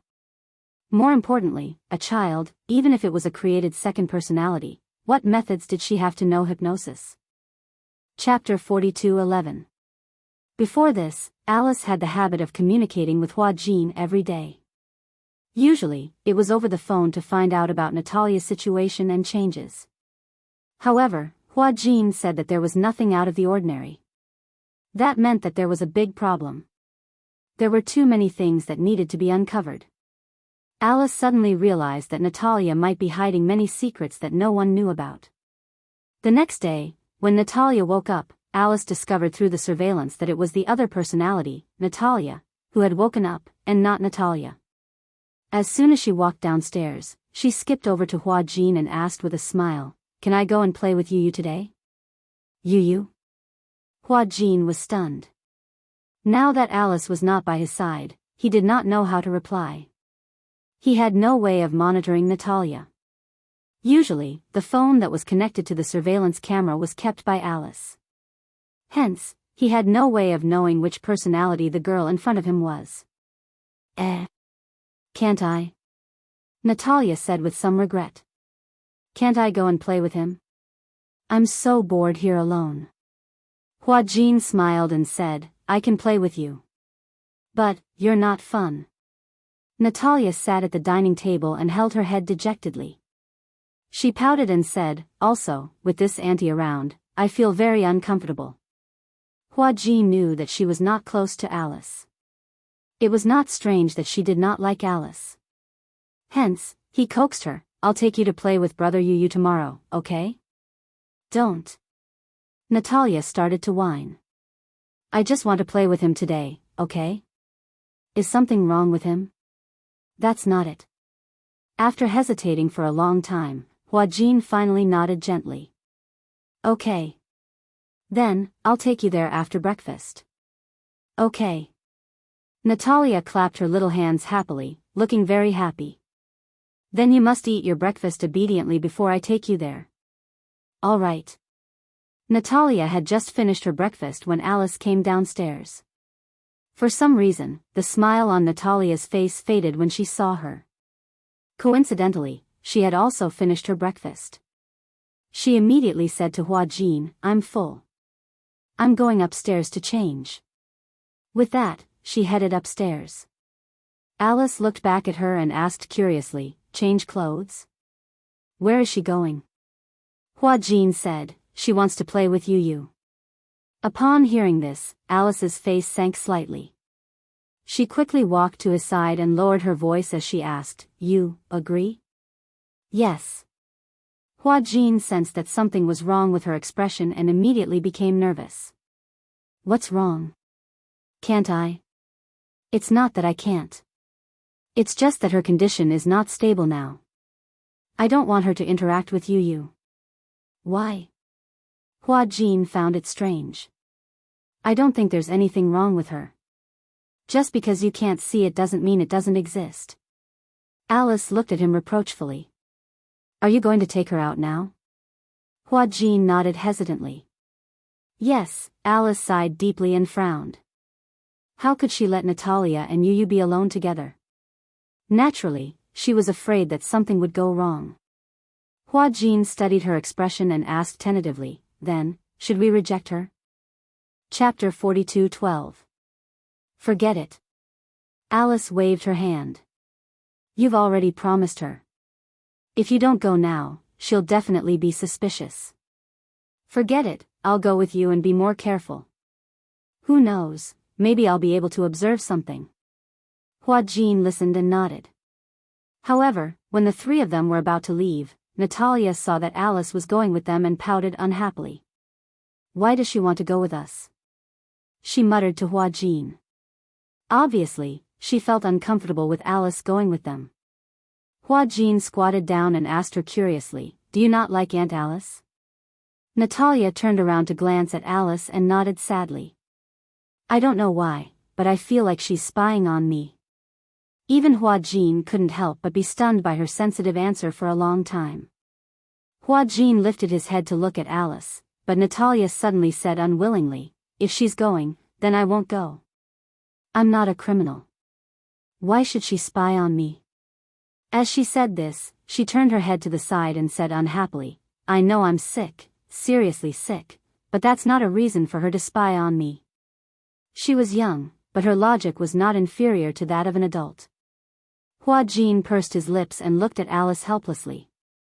Alice looked at Huajin, then at Natalia, and raised her eyebrows. She could tell that the latter was unhappy that she had tagged along. She also felt that it wasn't appropriate for her to go. If Natalia was alerted, it would be detrimental to her research. Alice took a step back and said, Why don't you guys go? I have nothing to do if I go. Okay. Alice said as she turned around and went back into the house. She stood by the window until she saw Huajin and Natalia get into the car. 15 minutes later, she walked to the garage and started a car. She took a shortcut and sped toward Yunshishir's house. Natalia was on guard. Alice's sixth sense told her that the child was Natalia, not Natalia. Therefore, she absolutely could not sit back and do nothing. Because they took a shortcut, Alice arrived at Yunshishir's house before Huajin did. Yunshishir knew that Huajin and Natalia were coming, so she started preparing an exquisite lunch early in the morning. When she saw that Alice was also here, she was surprised. What happened? She looked at Alice and saw that she had come alone. She was a little confused. Where are Huajin and Natalia? That little girl is on guard against me. She didn't want me to come with her, so I came secretly. She said that she wanted to play with Yu. I was also worried that she would interact with Yu alone. I want to talk to Yu alone. Yunshishir immediately nodded when she heard this. Okay. Alice went up to the study on the second floor. Yu Yu was reading in the study. Alice knocked on the door and walked in. Yu Yu was a little surprised to see her. Alice? Shoo! Alice walked up to him, looking a little serious. Yu Yu was stunned. What's wrong? You don't look well. Did something happen to Natalia? Chapter 42:13. Alice squatted down in front of him and said gently, I found something fishy these few days. Do you still remember when Gong Fan was hypnotized by Natalia? Yu Yu didn't think much of it. That was a coincidence. There's no evidence. It must be Natalia who hypnotized Gong Fan. But don't you think it's too much of a coincidence? The two of them came into contact once and something happened to Gong Fan. I suspect that Natalia's other personality, which is Natalia, might know hypnotism. How could she know hypnotism? It was unbelievable that such a young child would know such powerful hypnotism. Yu Yu found it hard to believe. Even a hypnotist like Alice only finished her apprenticeship a few years ago. Other than Gong Fan, you haven't had any direct contact with Natalia. There are too many unknown possibilities. You can't say for sure, and I don't dare to make a conclusion either. Yu Yu nodded slightly. I understand. You want me to be careful. Alice explained some of the usual hypnotism techniques seriously. Do you know about awake hypnotism? Yu Yu shook his head. He didn't understand the field of hypnotism. Do you remember that I hypnotized you before? Yes, I remember that. Yes, that's trance hypnotism. Trance hypnotism? Yu Yu didn't understand. What's the difference between the two? There's a big difference. When a person was awake, asleep, dreaming, and feeling happy, the brain would operate at different frequencies and release different chemicals. The different frequencies of the brain could cause different physical sensations, such as fatigue and relaxation. Hypnotism interfered with these frequencies. In other words, it interfered with the brain waves. Trance hypnotism was when a person was tired, asleep, or in a trance. The hypnotist interfered with the brain waves to achieve the goal of hypnotism. However, awake hypnotism was the highest level in the field of hypnotism. Awake hypnotism wasn't something that any hypnotist could do. Awake hypnotism required a hypnotist's talent. In other words, it had nothing to do with age. There were many classic examples of lucid hypnosis in the real world. For example, when people saw red, they would immediately think of the national flag and blood donation. When they saw yellow, they would think of sunflowers. Then, when red and yellow were together, they would think of McDonald's. This was the sober hypnosis used in commercials. As for the general public, there was no lack of a minority who accepted such clear-headed hypnosis suggestions. Alice suspected that Natalia had used sober hypnosis on Gong Fan. However, she wasn't present at the time, so she didn't know what had happened. But after Gong Fan saw Alice once, he never returned to this body, did he? Yu Yu nodded. After hearing what he said, he also felt that this was a little too suspicious. Then, what is her goal? Yu Yu's question stumped Alice. Even she could not be sure why Natalia would do that, and why she would use lucid hypnosis. She had thought of many possibilities, but none of them could be valid. However, her sixth sense told her that there must be something that she had missed. However, I don't understand. What's the benefit of Natalia hypnotizing Gong Fan? Chapter 42:14. I don't know. But I think there is something suspicious. Yu Yu blurted this out of the blue. When Alice heard this, she was surprised. Go ahead. Professor Romanka worked so hard to cultivate Natalia and used her as an experimental specimen. Why did he let us take Natalia away so easily? Don't you think it's suspicious? Alice was stunned. Yu Yu looked at her and said, I think the real suspect is Professor Romanka. Do you think it's possible for someone else to control her personality? Well, I can't tell you now. Maybe it sounds like a fantasy story, but I do think it's suspicious. Maybe I'm just imagining things. Alice was at her wits' end. But now was not the time to talk about this. Alice looked dispirited. I don't know what went wrong. Anyway, you have to be careful when you interact with Natalia. For example, if you feel tired, don't look into her eyes, her expressions, and her movements. Is it so scary? Yu was puzzled. Even if I'm not asleep, I can still be hypnotized by her. If you feel tired, that's when your brainwaves are at their weakest. It's also the time when you are most susceptible to interference. Yu nodded seriously. Okay, I understand. Downstairs, the sound of a car engine could be heard. Alice sensed that someone had arrived. She said to Yu, I'm going to the room upstairs. If anything happens, let me know, okay? I'll be upstairs. I'll try my best not to make any mistakes. If Natalia finds out that you're upstairs, she'll be suspicious. Then, all our efforts will be in vain. Alice was stunned. She did not expect Yu to be so wise. Okay, I got it. Alice went upstairs. Yu went downstairs. At this time, Hua Jin was holding Natalia's hand as they walked in. When Natalia saw Yu, she showed an unprecedented enthusiasm. Yu. She skipped over and held his hand, revealing a cute smile. I'm so bored at home alone, so I wanted to come and play with you. What do you want to play? I saw the game you played with Xiao Yichen on TV. I want to play it too. Oh, is it a PS4? Yeah, it's a boxing game. Xiao Yichen bought a PS4 and an Xbox 360 at home. When he had nothing to do, he liked to pester Yu to play games. However, now that he was addicted to PlayerUnknown's Battlegrounds, he was not that enthusiastic about these games. Usually, only Yu and Mu Yaja would play them occasionally. There was a layer of dust on the console. This was a console game, so it had to be connected to the TV to play. The graphics were very clear, and it was similar to many games in the arcade. There were fighting games, which were good for intelligence. The last time Natalia saw Yu and Xiao Yichen playing Tekken 7, she was very interested in it. Hence, she said that she wanted to play with Yu. However, she had to go home later, so she did not play. Chapter 42:15. The two little guys surrounded the TV and played with relish. Yun Shishir brought the desserts over, but she realized that Yu was obviously not in the mood. He was looking at the television, but it was as if he wasn't looking at the screen. He was holding a controller in his hand and randomly pressing buttons.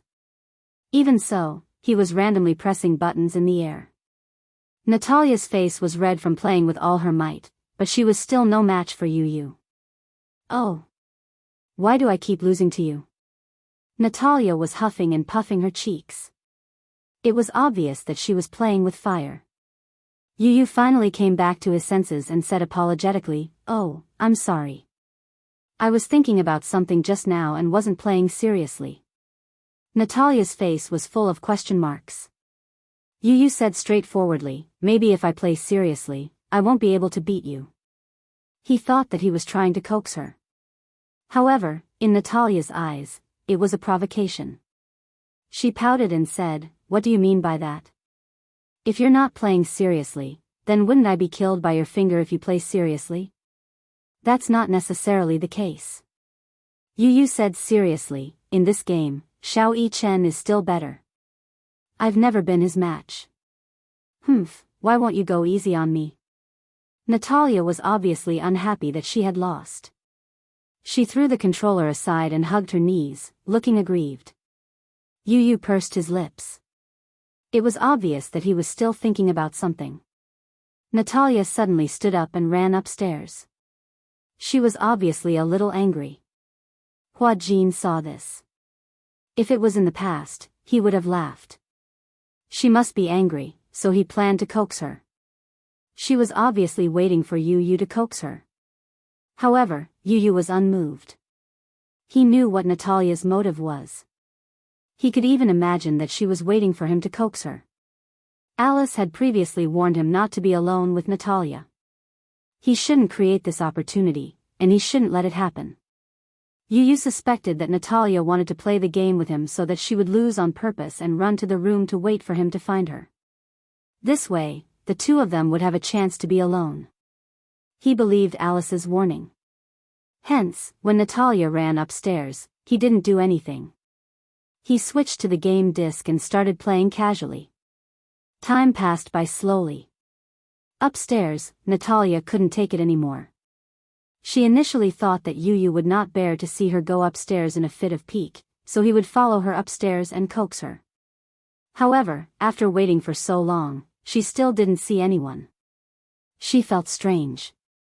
Alice's guess was right. The Natalia in front of him wasn't Natalia at all. She was Natalia, who had taken over her body. She had tried so hard to be alone with Yu. Alice had already seen through her and told Yu in advance. Yu naturally believed her. He didn't believe that Alice would harm him. However, he had already felt that there was something wrong with Natalia. Natalia couldn't sit still anymore. She carefully pushed open the door to the room and felt her way to the staircase. From her angle, she saw Yu sitting on the sofa in the living room. He was holding the controller and looking at the game calmly. She widened her eyes in surprise. He seemed to be unmoved by her anger. In fact, he looked cold. What was going on? Chapter 42:16. Natalia could tell that Yu had special feelings for Natalia. It was not the kind of pure friendship between children. It was not exactly love, either, but she could not pinpoint exactly what kind of feelings it was. She only knew that Natalia had a special place in the boy's heart. She took advantage of this.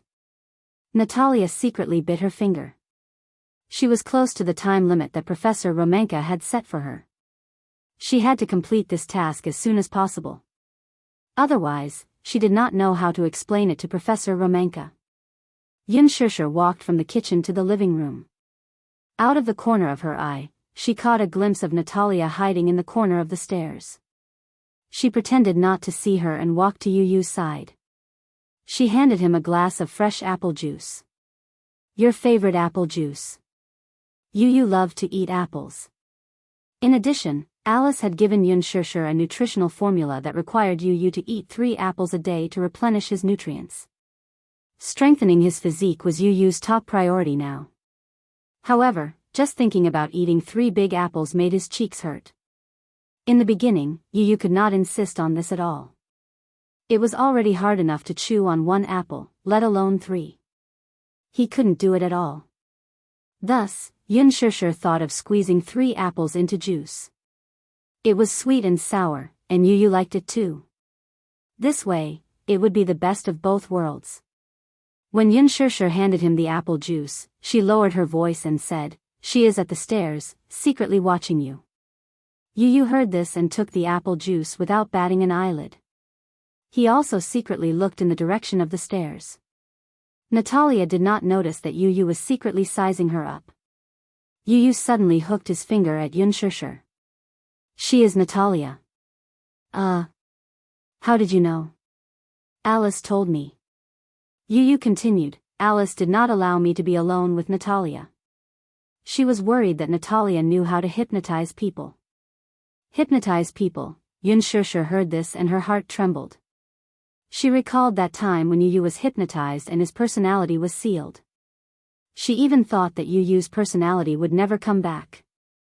Therefore, she was very nervous and could not help being careful. Don't be nervous. Yu said, I will protect myself. Just pretend that you did not hear anything. Okay. Yu and Xianxia acted. And her. Hua Jin was focused on Yu's game. And everyone seemed to be ignoring Natalia. Natalia was especially upset. Could it be that she had been seen through? Impossible. She had tried very hard to imitate Natalia's words and actions. How could she be seen through? However, Yu's attitude towards her had turned cold.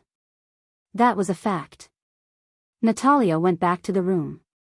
After waiting for a while, she fell asleep without realizing it. Alice was on the 3rd floor.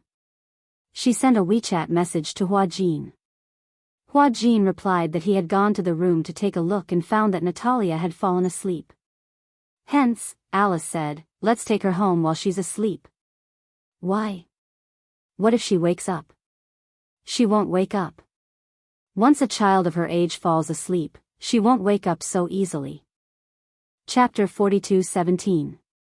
Hua Jin carefully carried Natalia into the car and went home early. Alice finally came down from upstairs. When Yu saw her, he immediately stood up and said without hiding anything, I've noticed it too. Natalia's second personality is called Natalia, right?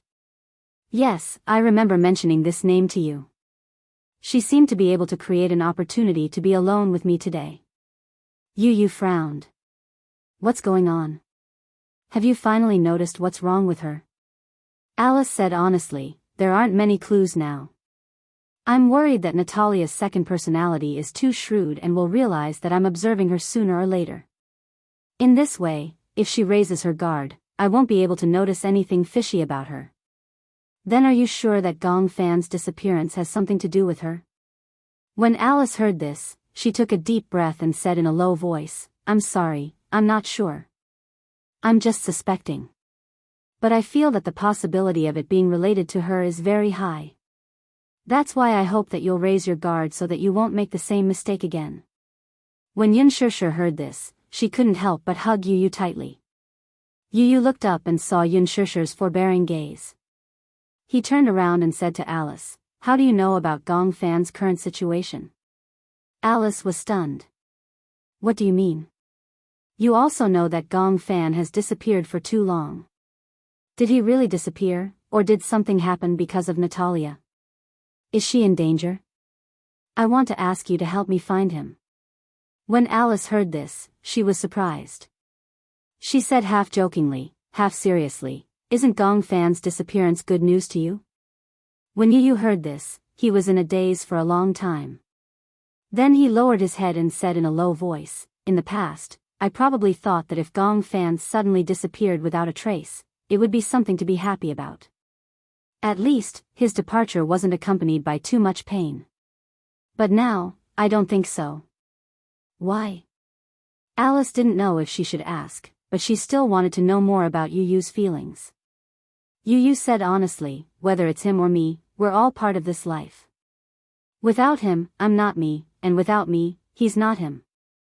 We was the name, the miracle that was formed. I couldn't lose him. Mommy couldn't lose him either. Yueyao couldn't lose him. Xiao Yichen couldn't lose him either. If he was so important, why did he disappear just like that? In the past, I felt that he had occupied my body for too long, so I couldn't spend more time with Mommy. Now, if he can hear me, I want to say that I'm willing to sacrifice more time for him to come back. If he's willing, I can let Mommy tell him a bedtime story every night and sing to him. As Yu spoke, her tears fell unknowingly. When Yunshushu saw this, her heart felt like it was being stabbed by a knife. Her heart ached as she hugged him. Yu, don't be sad, how can I not be sad? Chapter 42:18. Yu suppressed his sadness and said, he didn't say goodbye and left without saying goodbye. No one knows where he went. Every night, I would call his name repeatedly before I went to bed, but he didn't seem to hear me. I was thinking, where did he go? Did he not want Mommy and me anymore? He made Mommy sad. I hate him. Yunshushu was helpless and sad. She secretly wiped his tears and said, Yu, don't be so sad. Yu still said angrily, if he doesn't come back, then forget it. He won't. She cupped his little face and rubbed against it affectionately. If he doesn't come back, it's okay too. But Mommy must really want him to come home. Yu looked into her eyes seriously. That day, I heard everything. Yu lowered his eyes in disappointment. Mommy must miss him a lot, right? I didn't protect him well. It's my fault. Alice furrowed her brows, feeling a little sad. We can't make a conclusion too early. No one knows what Natalia did to Gong Fan, but Gong Fan's personality shouldn't disappear so easily. Yu looked at her in surprise. How can you be so sure? If Gong Fan's personality disappeared so easily, the field of multiple personality disorder wouldn't be one of the most complicated topics in the world.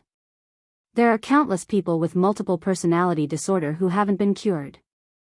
If the problem can be solved so easily, it doesn't exist at all. Alice continued, moreover, Natalia has multiple personality disorder. She's a patient herself. How can she cure other patients? When you heard this, he asked tentatively, so you're saying that Gong Fan's personality can't disappear? With the clues and scientific evidence I have now, it's impossible for him to disappear. Alice gave a definite conclusion. When you heard this, his brows finally relaxed. He suddenly said, if you need to do research, I can do it anytime. Since you said that there's a problem with my body, then if you want to study it, I can do it anytime. Alice was a little embarrassed and said, I want to, but your mommy is not very assured. If I really want to study you, I'll need your guardian's permission. Xianxia looked hesitant. Even though he was now so familiar with Alice, even though the woman in front of him had once saved Gong Jie's life and was absolutely a trustworthy person. However, she was still worried and would not easily hand you over to her. I'm worried. Xianxia did not hide anything and said frankly, I didn't know that you would do such research on him, but I can't be at ease if I just hand you over to you. Alice shrugged innocently with a helpless expression on her face. It was as if his gaze was saying, your mommy will have to be convinced by you. I don't have the right to do it without her consent. You knew very well that Xianxia was worried about him. After all, they had been through so many life and death separations, she was not willing to take any more risks. It was not that she was worried about Alice. She was worried that you would be separated from her again because of some unforeseen event, or that he would not acknowledge her as his mommy like before. Chapter 42:19. Mommy, if you're by my side, then it'll be fine. You gently tugged at her sleeve and asked cautiously, let's try it once. Let's try it once, okay? Xianxia looked at you hesitantly and then looked at Alice. Alice placed her hand over her heart and said earnestly, don't worry, I won't dissect you. I'm only using the sleep test and hypnotizing method to find out more about Gong Fan. Xianxia hesitated for a while and finally nodded reluctantly. Alice hadn't expected her to agree. When Xianxia nodded, she was stunned. She had thought that Xianxia would reject her again, but she hadn't expected her to agree. She was stunned for a long time before she came back to her senses. Xianxia said to her seriously, I trust you because you trusts you too. Okay, I understand. Don't worry, I won't let you down. Sleep monitoring didn't require a huge device. Alice had brought a sleep monitoring device from the headquarters. That night, she rushed over early with the device. In the room, she instructed you to lie on the bed and put on a sleep monitoring headrest for him. She turned on the power and his brain waves were displayed on the small screen. What's this? These are your brain waves. Then, is there any explanation for the sleep monitoring? You suddenly felt that he hadn't asked the right question. He asked again, why do you want to monitor my sleep? It monitors the frequency of your brain waves when you sleep. From the details of the frequency, we can find many problems. Alice then said to him, go to sleep. I can't sleep now. Alice was stunned. Your mommy said that you usually sleep at this time. But wearing this device doesn't seem comfortable. You fiddled with the device on her head and frowned. It feels quite uncomfortable. Alice carefully adjusted it for him again. How about this? That's much better. Xianxia quickly walked into the room. When you saw her, his eyes lit up. Why don't I ask mommy to tell me some stories? Maybe I can fall asleep this way. You don't have to tell me a story, just close your eyes. I want to monitor the quality of your sleep, including the degree and time of your sleep, Alice said. When you heard this, she felt bored and told her honestly, usually, it's mommy who tells me stories. If I don't listen to her stories, I'll feel uncomfortable. This means that you rely too much on your mommy. Can your mommy tell you bedtime stories for the rest of your life? As Alice said this, she pushed him and urged him, close your eyes and sleep." When Yu heard this, he sighed like an old man and gently closed his eyes. When he lay down, he looked at the ceiling and closed his eyes slightly. Although he squinted his eyes, he didn't feel sleepy at all. Alice asked, "Don't you want to sleep?"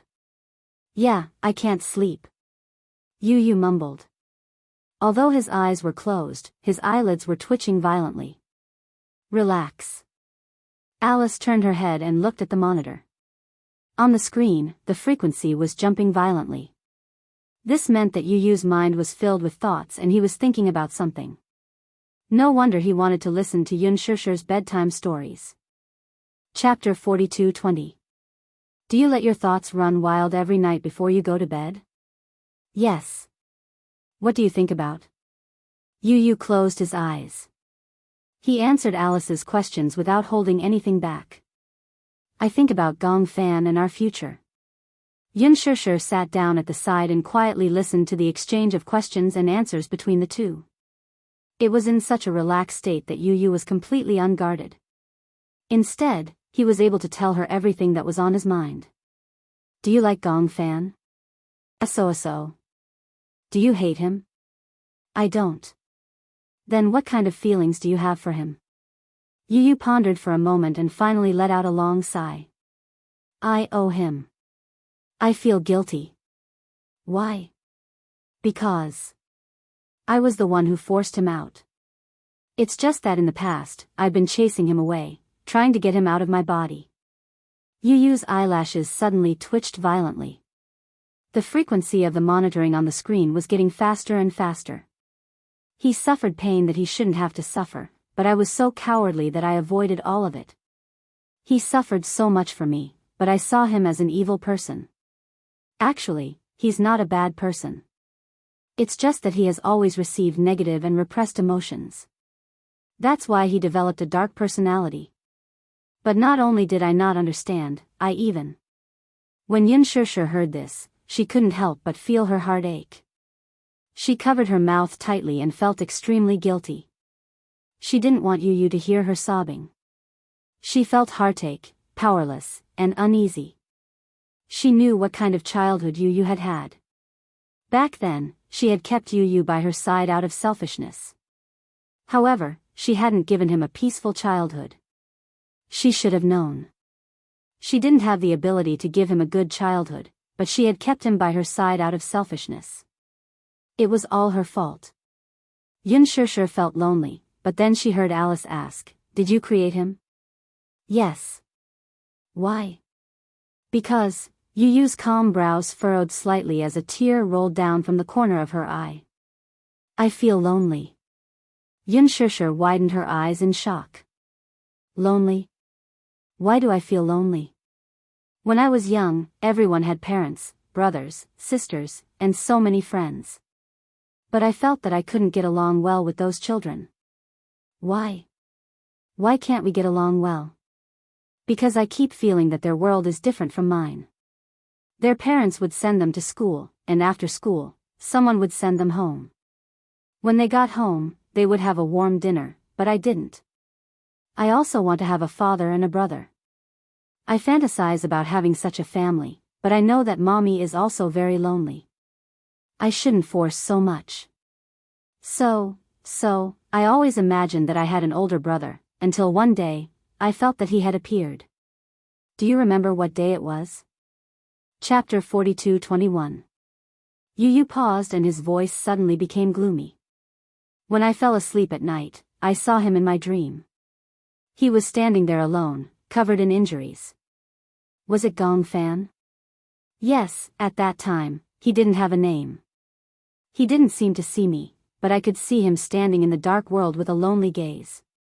Yu continued, he didn't have any friends. Alice looked at him and suddenly asked softly, have you ever thought of being friends with him? No.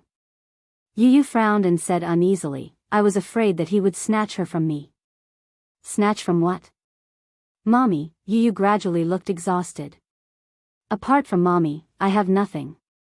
I don't have any friends or family. I only have mommy. What if he snatches mommy away from me? So, at that time, I hoped that he would die. Yu Yu's voice suddenly became cold. I hoped that he would never appear in my world again. Alice furrowed her brows and turned to look at Xianxia, only to see that the latter's face was already streaked with tears. I'm sorry, she prayed in her heart. She didn't expect that his childhood experience would leave Yu Yu with such a dark world in his heart. But, later on, I didn't want him to die. Yu Yu was obviously in a difficult situation. He rubbed his eyes and turned over slightly. Alice immediately adjusted the blanket for him. Why didn't you want him to die? Because Mommy seems to like him a lot. Yu Yu said seriously, I also feel very guilty towards him. If it wasn't for him, I wouldn't have been able to bear the pressure of the darkness. I feel that Gong Fan is a real strong person. He stands in the dark and is so calm. He has suffered so much for me. It would be too cruel for me to chase him away. Mommy also loves him and loves him. So, I hope that he will stay. When we were young, he bore so much for me. Now that I'm bearing this for him, it's not worth mentioning.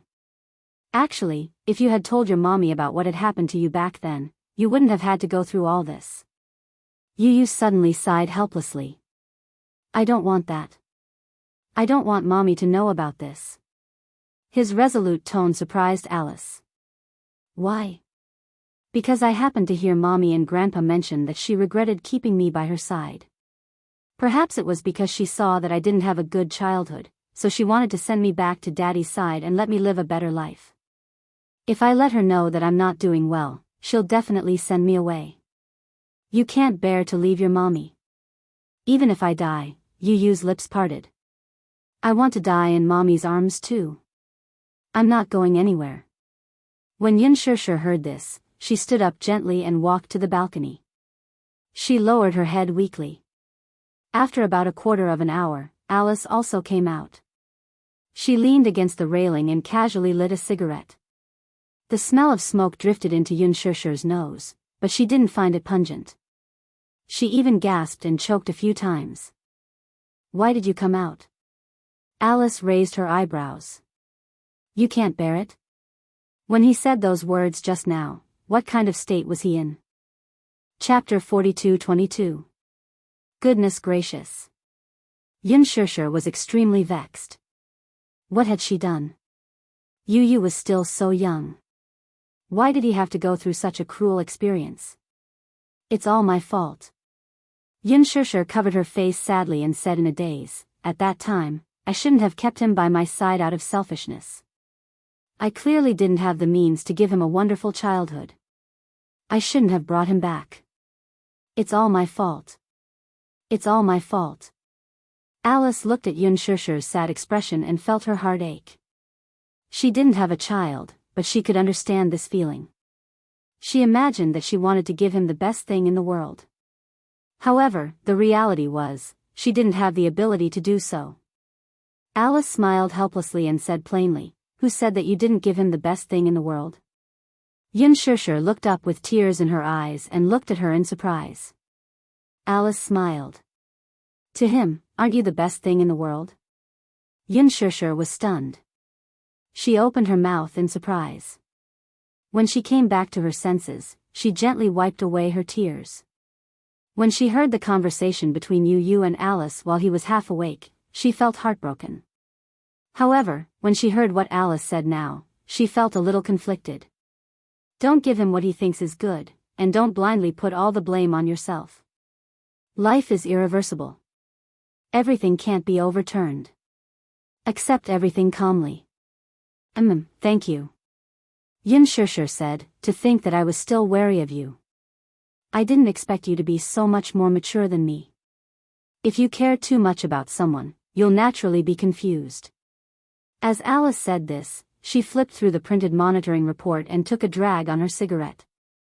Xianxia looked at it. There were all kinds of complicated lines on it. She couldn't understand it and asked curiously, What is this?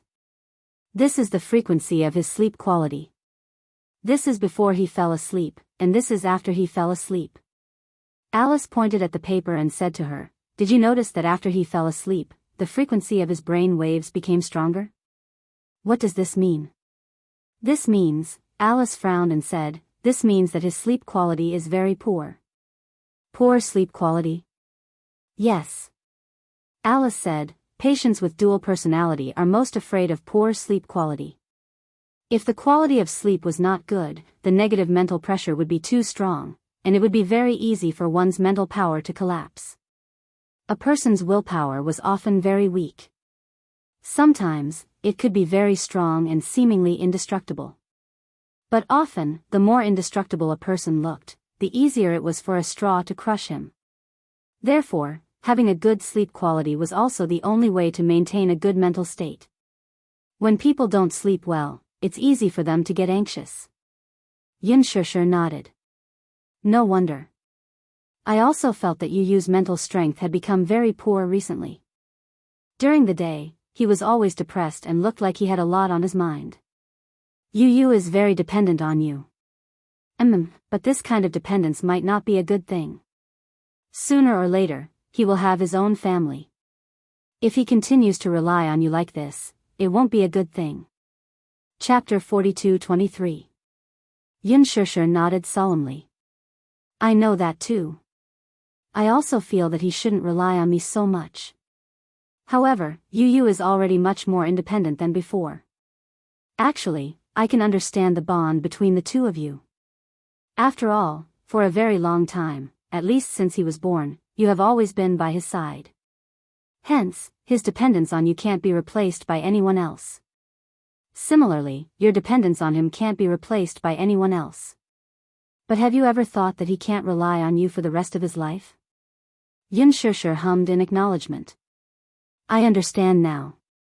However, the most important thing now is to find out what exactly happened to him. Do you want Gong Fan to come back? Alice asked seriously. Xianxia didn't answer immediately.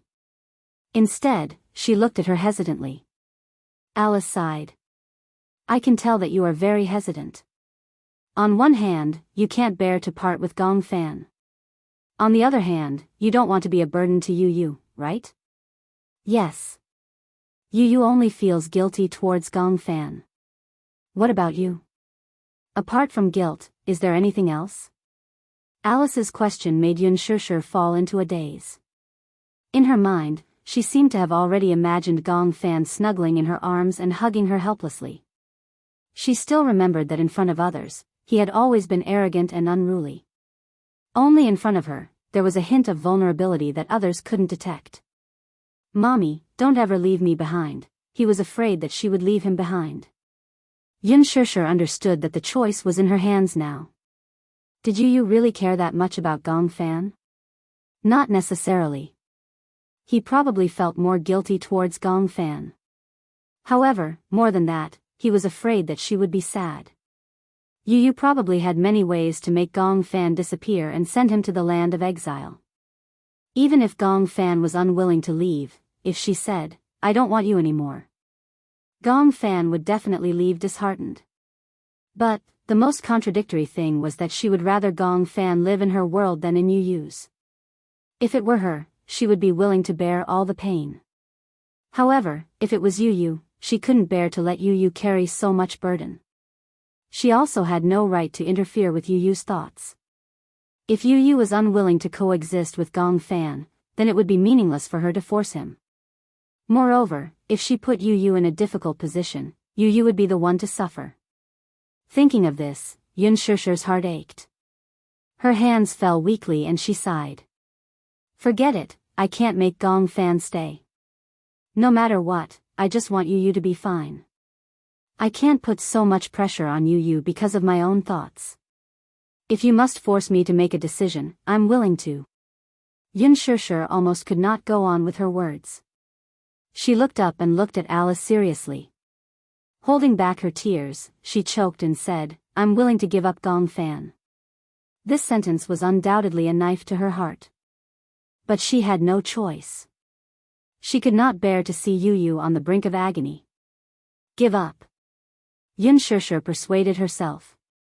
She thought that Yu Yu would definitely understand her decision.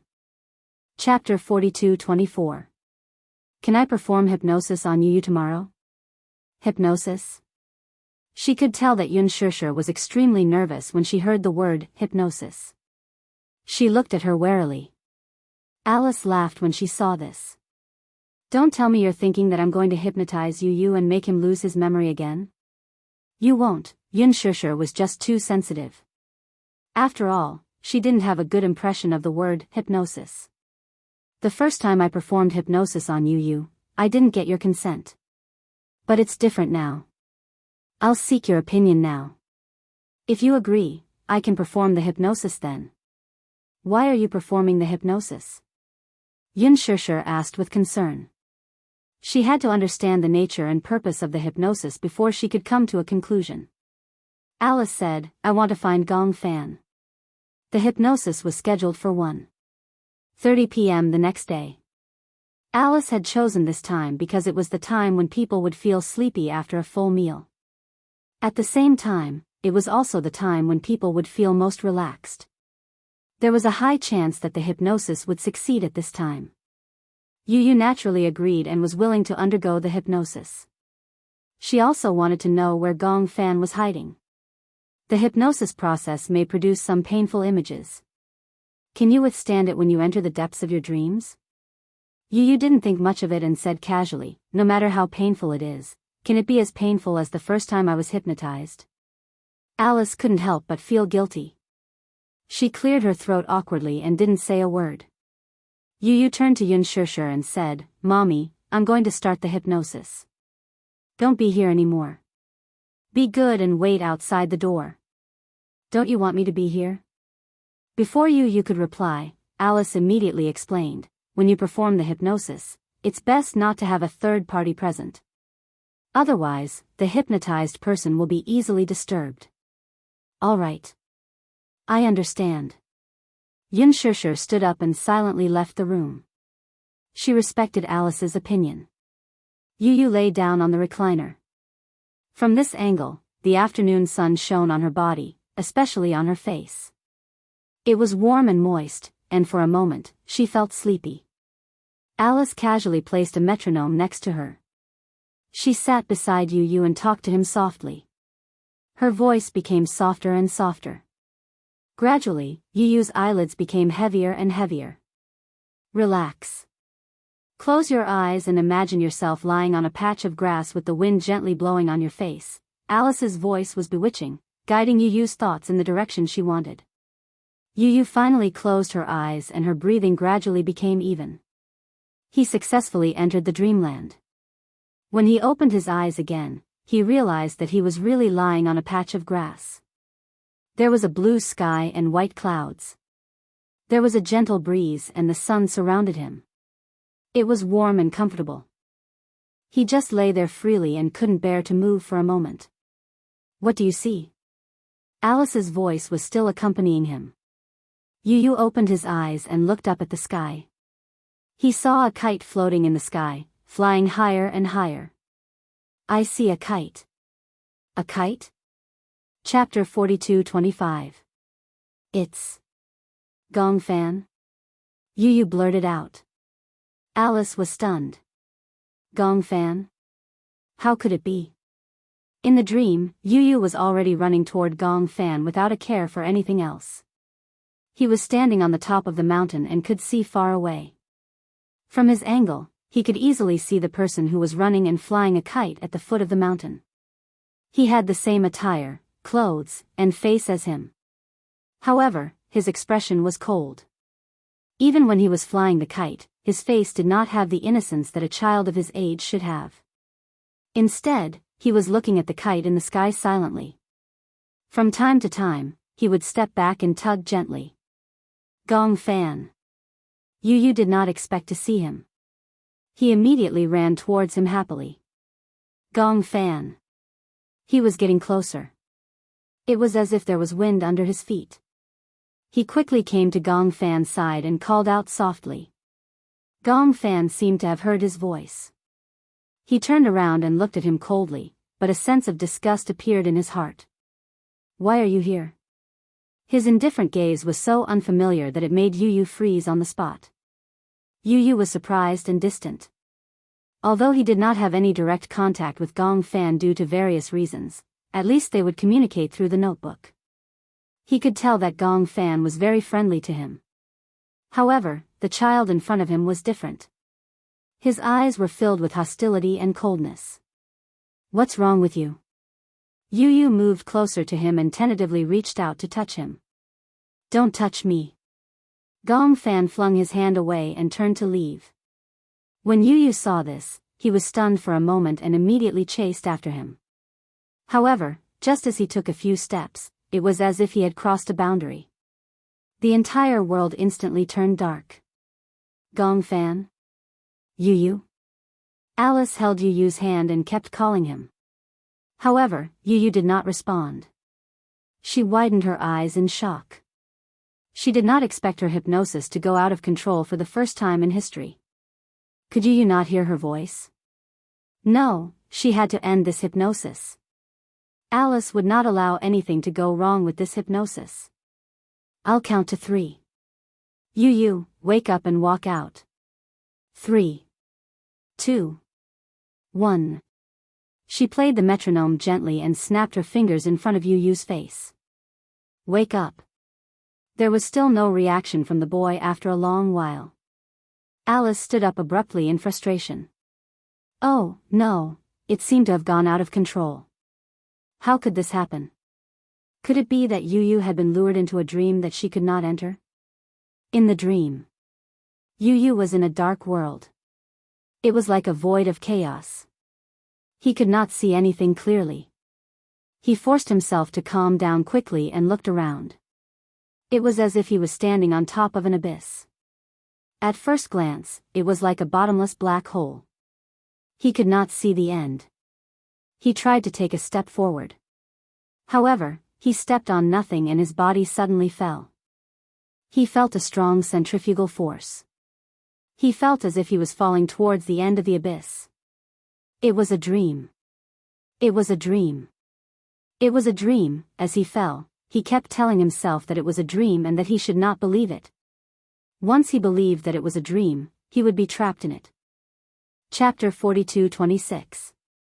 This is a dream. Don't believe everything in a dream. However, even though he kept warning himself, he could still hear the howling of the wind.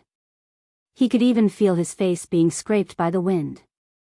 He suspected that this was not a dream and could not help but waver. He couldn't tell if this was a dream or reality. Just as he wavered, he suddenly saw a murky black river at the end of his vision. He did not even have time to call for help before he fell into the river and drowned. The moment he hit the water, he felt as if his head was about to split open. The feeling of drowning was so real that it could not be explained. It was as if he was drowning in real life. The murky river water continuously poured into his nostrils and lips. The stench was suffocating. He opened his mouth, wanting to call for help.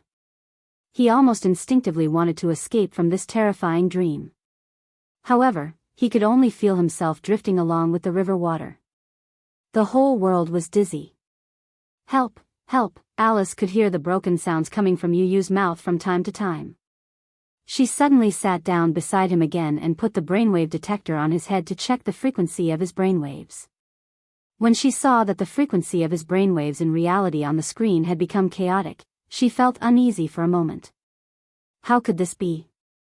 Yu Yu, Alice held his hand tightly, trying to let him feel her strength. Wake up, wake up. What you see is a dream. It's a dream that doesn't exist, Gong Fan. Yu Yu suddenly cried out in surprise. His voice was hoarse, but a name came out clearly. In the dream, he drifted along with the river water to a deserted place. The river water gradually became shallow. He crawled to the shore pathetically. Just as he grabbed onto a rock by the shore, he suddenly heard a series of cold footsteps. Rustle, rustle, Yu Yu heard the sound clearly. He looked up in shock and saw Gong Fan walking toward him with a numb face. He was shocked to find that Gong Fan was hiding a sharp dagger in his hand. He was so scared that he suffocated and instinctively said, "Gong Fan." Gong Fan walked towards him without saying a word, without making any sound. However, Yu Yu was keenly aware that this Gong Fan seemed to be a little different from the real Gong Fan. His face was cold and his eyes were dark. There was not a trace of life in them, as if he was a walking corpse. What are you doing?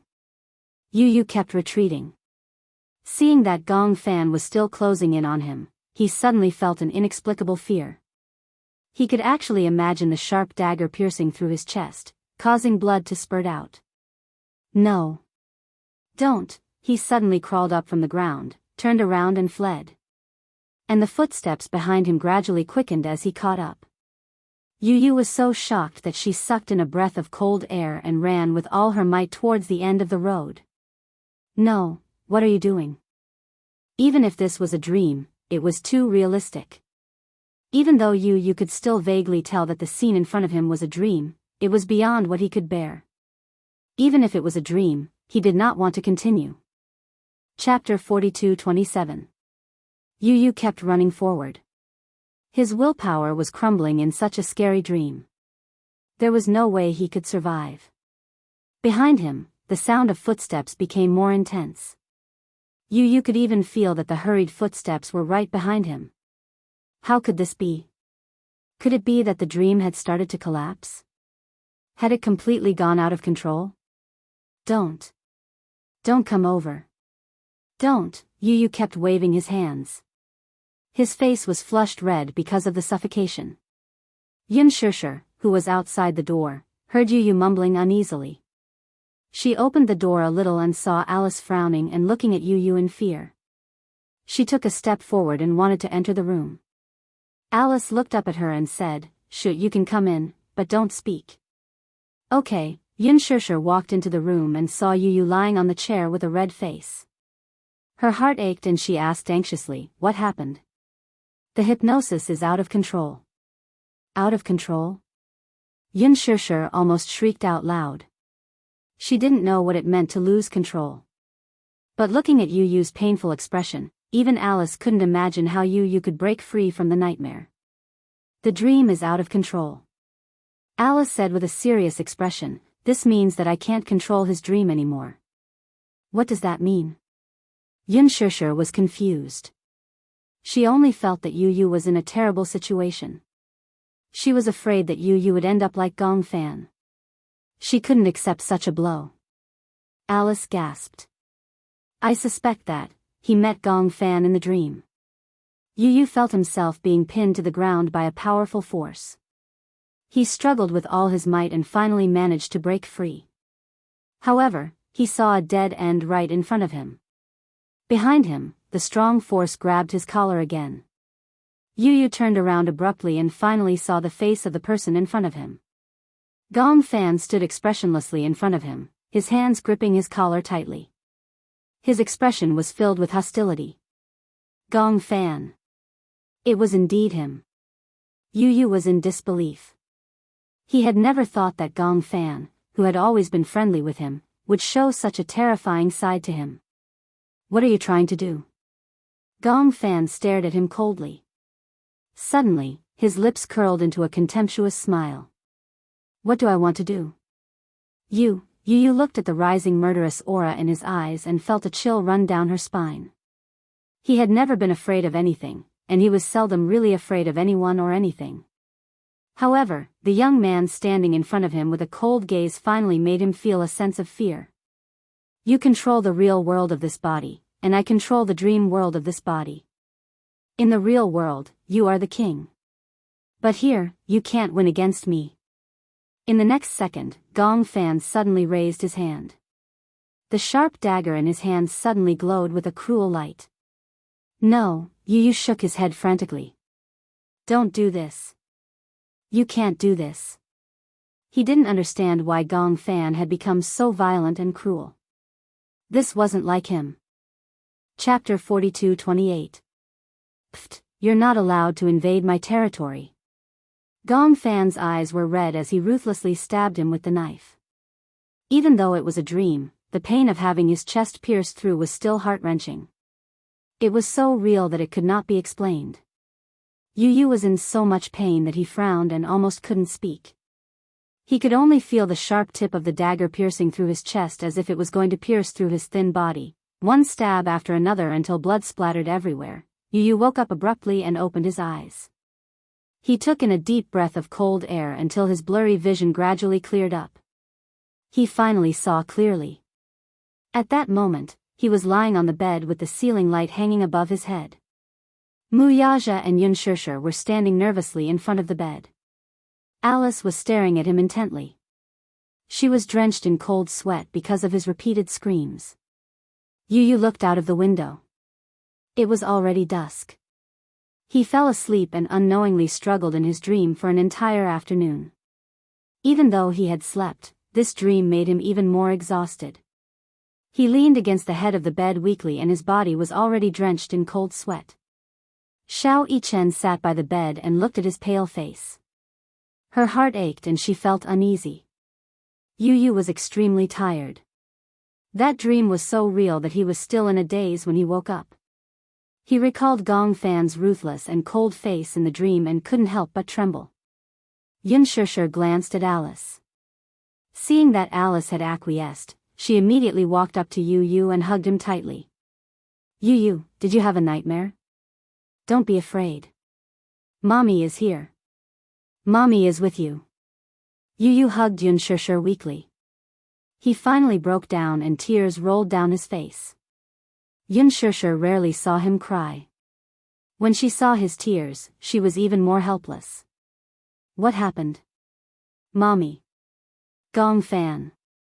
Gong Fan, Yu pursed her lips and said with difficulty, he wants to kill me, ah. Xianxia let out a short, ah, and her eyes widened in shock.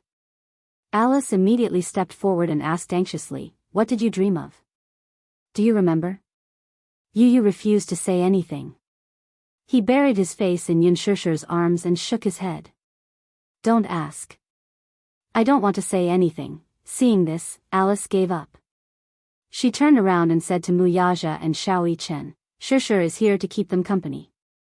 Let's go out first. Let him calm down first. Xianxia pouted and said, I also want to stay and keep Yu company. Xianxia turned around and coaxed him gently, Yichen, be good. Go out first. It's fine with Mommy here. Okay, then. Mommy will keep Yu company. Xianxia was very obedient. With Xianxia's words, he obediently left the room with Wuxia.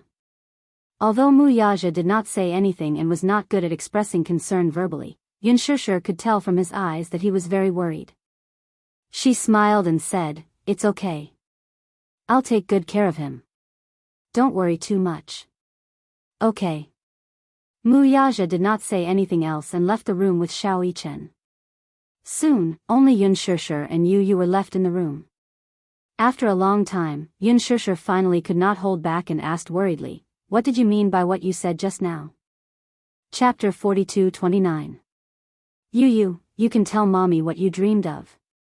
Mommy will keep it a secret and won't tell anyone. After her repeated coaxing, Yu finally raised his head.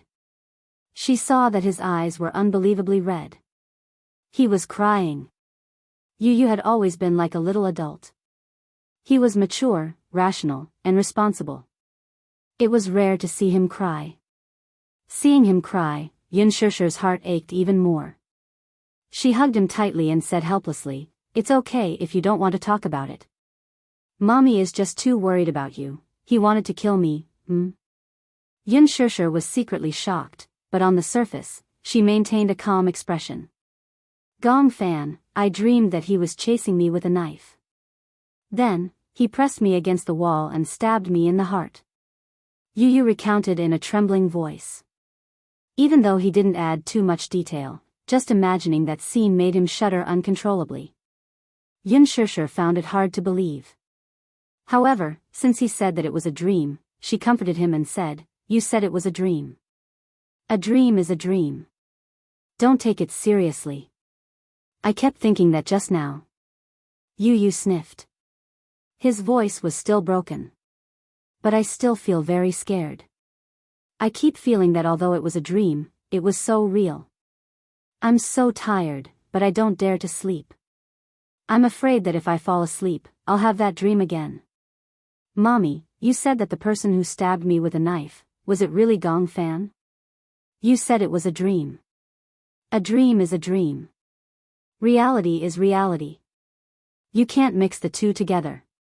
Since it's a dream and you're awake, forget everything in the dream. But, Mommy, my sixth sense tells me that person was Gong Fan. He really wanted to kill me in the dream. When Xianxia heard this, she couldn't help but hug him tightly. How can you kill someone in a dream? Even if a person dies 1,000 times in a dream, he won't die. But, Yu was still feeling conflicted. That feeling was worse than death. Mommy, that dream felt so real. No matter how much I told myself that it was just a dream and that I shouldn't believe it so easily, I felt so tired after having such a dream. Even breathing felt exhausting. When Xianxia heard this, she felt as if a knife was being twisted in her heart. It was so painful that she almost couldn't breathe normally. She gently kissed Yu's forehead and said to him, You have to be well. Mommy really doesn't know what to do. In front of him, Xianxia felt a deep sense of powerlessness. She wanted to protect him, but she didn't know how. Ever since Yu was born, her life had never been peaceful. Ever since he was born, he had been in poor health. Then, he found out about his dual personality. Xianxia couldn't imagine how painful Yu's life was. However, what really made her heart ache was that Yu would rather bear such pain than let her know and make her worry. Alice said that Yu was very dependent on her. However, Xianxia knew very well that she was even more dependent on Yu. She wanted to be close to him and understand what kind of life a person with dual personality lived. Because just listening to Yu's description was enough to make her tremble with fear.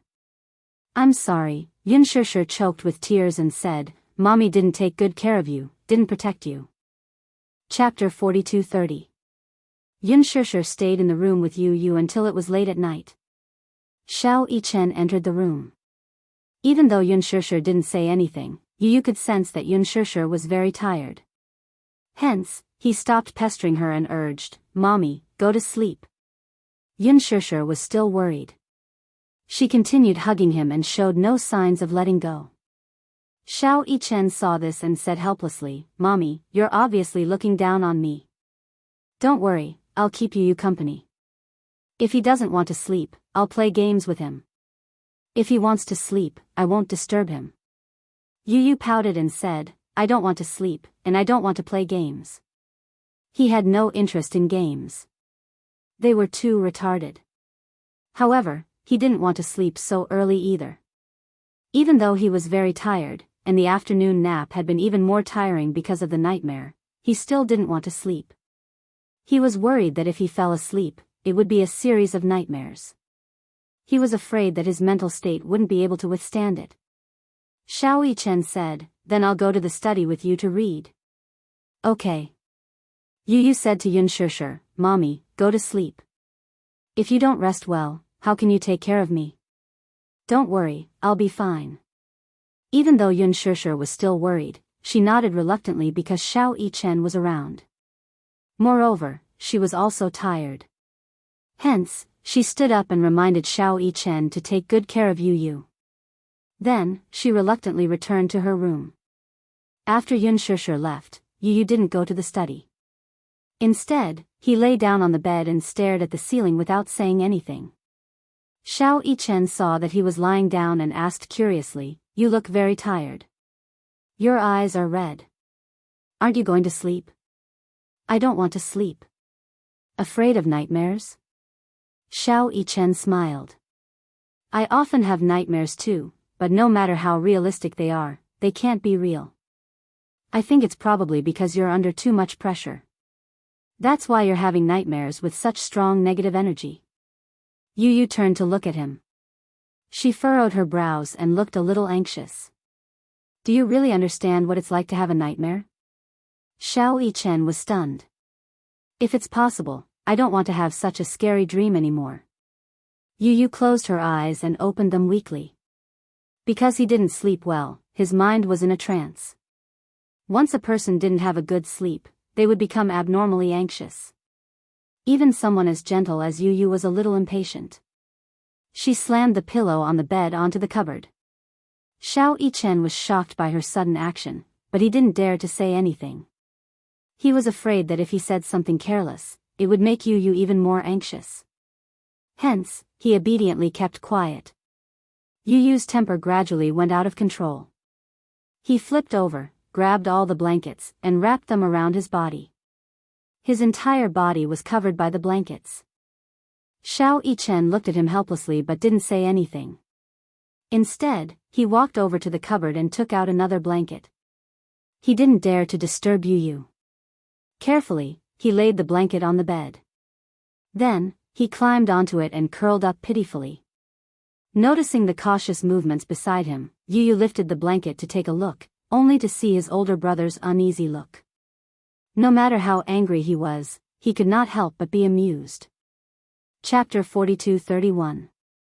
Xiao Yichen glanced at him and thought to himself, isn't that the case? In any case, he felt that his status in the family was rather low. If anyone bullied him, he could only silently suffer. Other than his father, he could only argue with them. Whether it was Yun Shishir, Yu Yu, Yue Yao, or Lisa, he was the second oldest man in the family after his father. As the second oldest man in the family, of course, he had to be more magnanimous. Especially when it came to Yu Yu and Yue Yao, he had to be more lenient. For some reason, when Yu Yu saw Xiao Yichen looking at him innocently, he broke into laughter. Brother, do I always bully you? I feel like you've become a punching bag. When Xiao Yichen heard this, his eyelids twitched.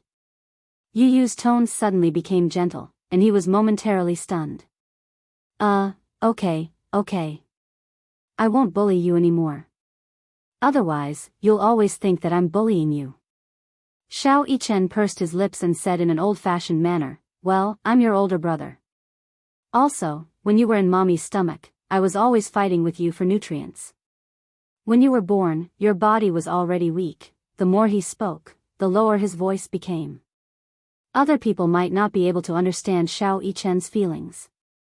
He vaguely realized that Yu Yu's poor health might have something to do with him. When he was in Yun Shishir's stomach, he must have been the most domineering one, fighting with his twin brother for nutrients. Therefore, he felt an indescribable sense of guilt towards Yu Yu. If it wasn't for him, Yu Yu might have been very healthy.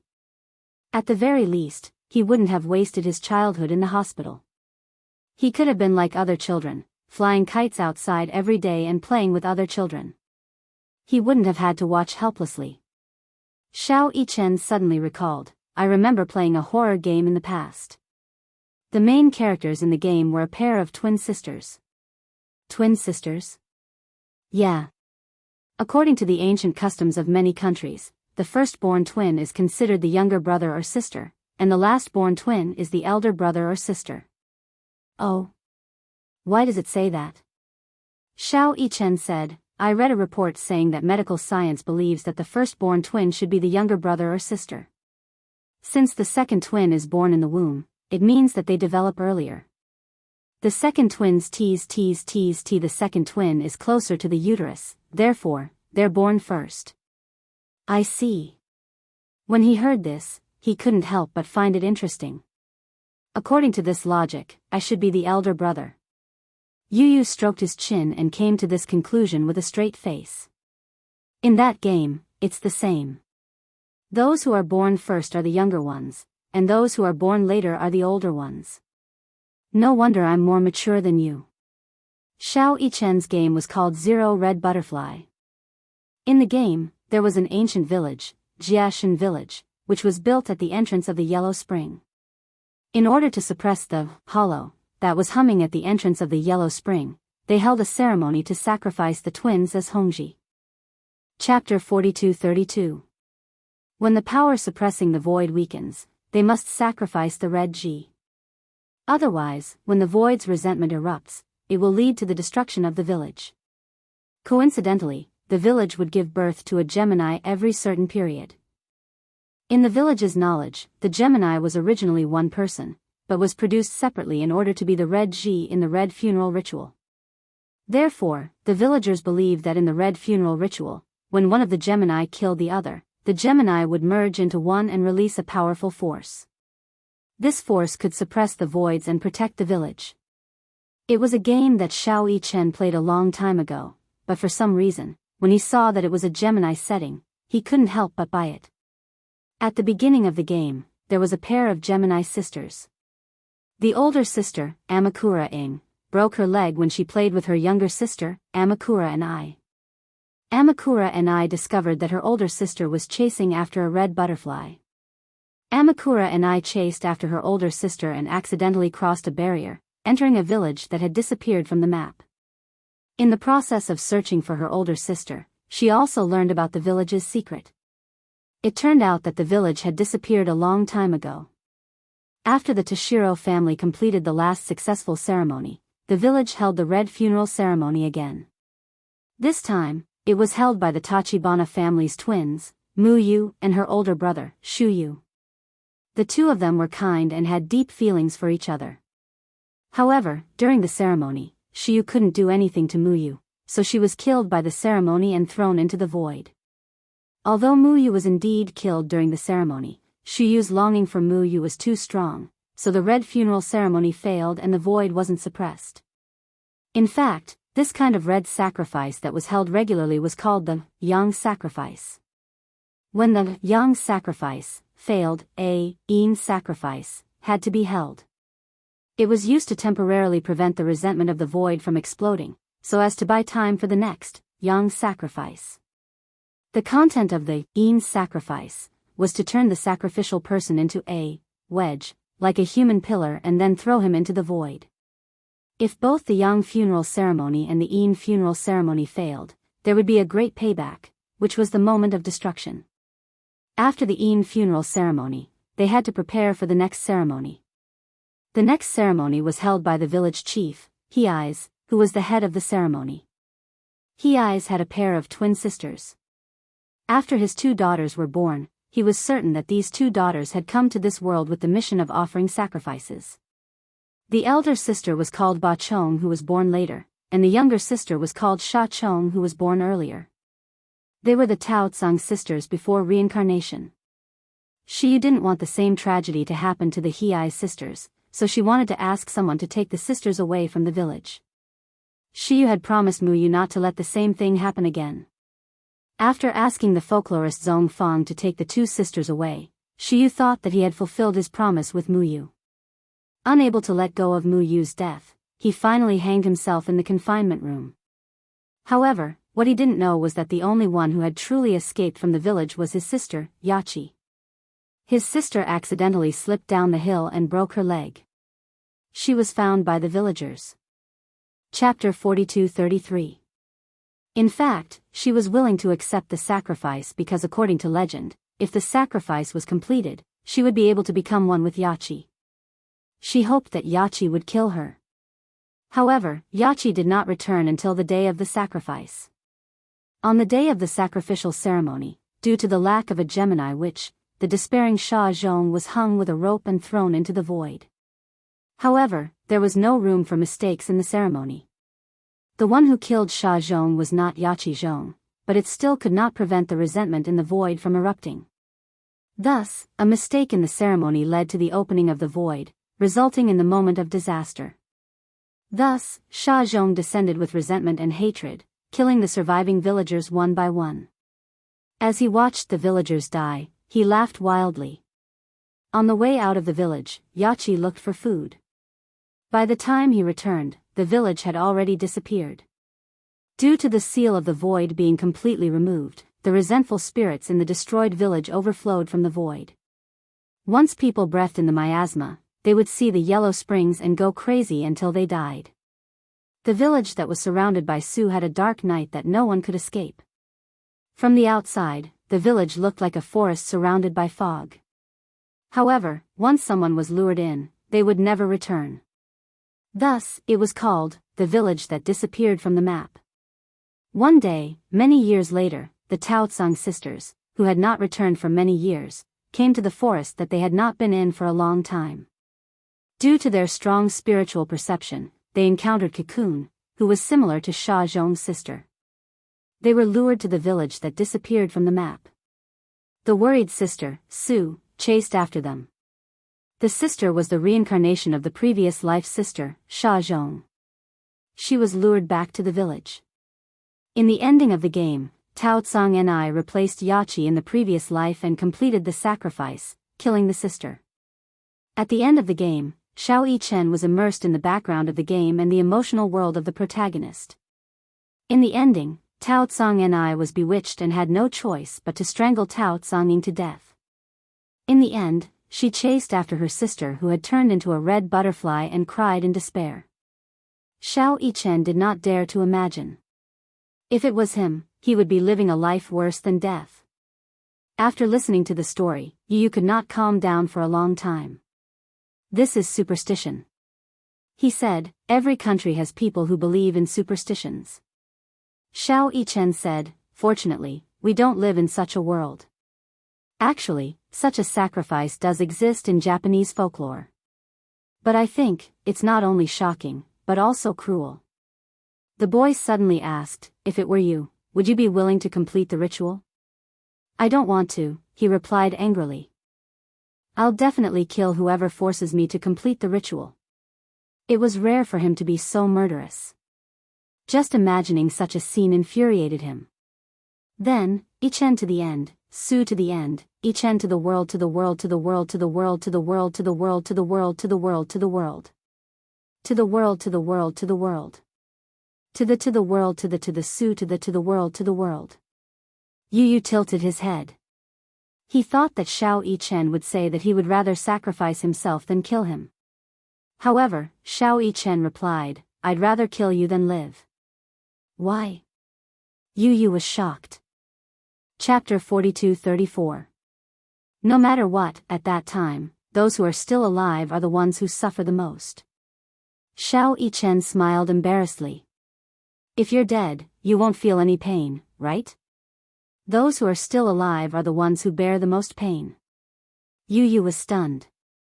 After a while, he sighed and said, I didn't expect you to be so much more mature than I thought. Indeed, those who were still alive were the ones who suffered the most. At that time, there was no strong contrast between life and death. What was truly intense was pain and relief. Those who were dead were the ones who were relieved. Those who were still alive were destined to bear the burden of longing, guilt, pain, and torture. Some lives were worse than death. Why are you thinking about such heavy things? Xiao Yichen mumbled with a strange expression on his face. We're not really going to hold that kind of ceremony. Is there really telepathy between Geminis? I don't know. At least, I do. When Yu heard this, he couldn't help but be curious. What exactly is telepathy like? It's like being able to feel your pain, your joy, and when you're unhappy, I'll always be the first to know. When you're happy, I'm probably happier than you are. Xiao Yichen paused for a moment and said, I didn't believe in telepathy in the past. It wasn't until this magical thing happened to me that I started to believe in it. When I was young, I often had angina for no reason. I didn't know why. I had asked so many doctors, but they couldn't find a reason. No one knew why I had angina for no reason when my body was fine. At that time, Daddy was worried that I had a heart problem and kept an eye out for information on heart disease. Actually, my heart is fine. Is it because, it's because I can feel your pain? Xiao Yichen continued, when I was studying, I knew a teacher who had a twin brother. However, his brother passed away when he was in high school. I once asked him if there was really telepathy between Geminis. He suddenly shed tears right in front of me. Why? That teacher told me about what happened in high school. At that time, he was rebellious and quarreled with his parents. His parents told him to go buy something, but he slammed the door and left. His younger brother saw that he was in a bad mood, so he tried to ask if he wanted him to buy something for him. Then, he nodded and agreed. Then, you could guess the ending. Then something happened on the way there. Suddenly, he felt a strong heartache. He didn't know why, but at that time, he realized that something had happened to his brother. So, he planned to go out to look for him. Just as he was looking for the key, he received a call from his uncle. He said that his brother had been in a car accident and his condition wasn't optimistic. He cried all the way to the hospital, but only saw his brother's body. Since then, he hasn't been able to recover for many years. The bond between the twins was much stronger than ordinary familial love.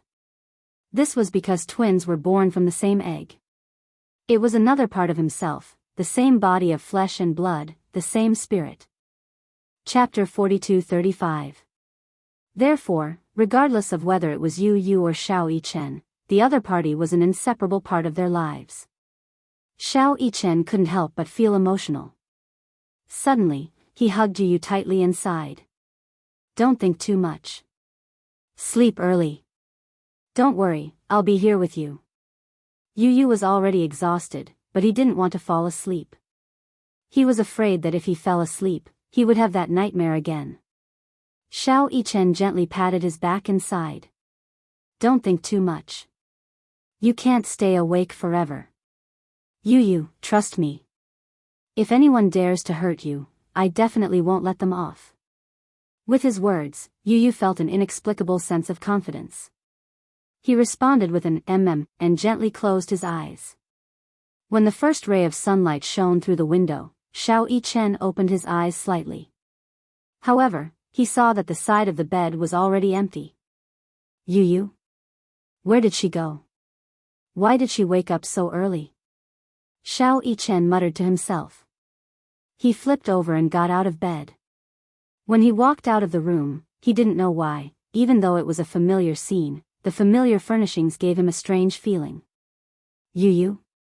He tried to call out, but there was no response. Mommy? Daddy?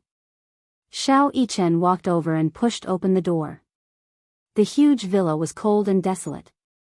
There wasn't a single trace of life in it. What's going on? Xiao Yichen became even more suspicious. Where did everyone go? He hurriedly ran to Yueyao's room. As he shouted Yueyao's name, he pushed open the door to Yueyao's room. However, he couldn't help but look at the empty bedroom. The lonely crib was still there. On the bed were the handmade wind chimes that Yun Shishir had specially made for Yueyao. When the morning breeze blew in, the wind chimes fluttered. However, in this dead silent room, there was a sense of desolation. Yueyao, Xiao Yichen felt an inexplicable sense of uneasiness. He didn't know why, but he had a bad premonition. Suddenly, there was the sound of hurried footsteps outside the door. Xiao Yichen caught the subtle movement and pushed the door open. As he walked out of the door, he smelled a faint smell of blood. He frowned slightly, and his heart suddenly started racing. Yu Yu. He called out again, but he heard a sudden sound from the kitchen. Dee-dee-da-da, dee-dee-da-da, there seemed to be the sound of water dripping on the floor. He slowly walked to the kitchen door, only to see Yu Yu standing there alone. Yu Yu's stiff back made him feel like a stranger for a moment. He had just opened his mouth when Yu Yu's right hand suddenly loosened.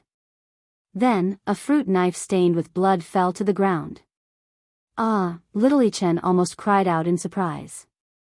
Yu Yu turned around expressionlessly and looked at him coldly, his lips curving into an icy arc. If I can't have it, no one can have it. You. What are you doing? Xiao Yichen was instantly alerted. You're not Yu Yu. Yu Yu sneered and walked towards him. Sooner or later, this body will belong to me. When that time comes, Mommy will be mine. This house will be mine too. I don't want to lie in that cold world anymore. Chapter 42-36. Xiao Yichen was so shocked that he took several steps back. He clenched his fists and looked down at Xiao Yichen's wrist that was stained red with blood. Your hand. Xiao Yichen furrowed his brows tightly as a wave of anger surged in his heart. He rushed over anxiously and grabbed Xiao Yichen's collar. Gritting his teeth, he said, "This isn't your body. You don't have the right to touch it." Oh. Does your heart ache for it? Yu Yu raised his eyebrows and looked at Xiao Yichen up and down. His gaze was cold as ice. Then what right do you have to interfere in the matters between me and him? Who says that this body doesn't belong to me? Look, I can control it as I wish. As he said this, he grabbed Xiao Yichen's wrist.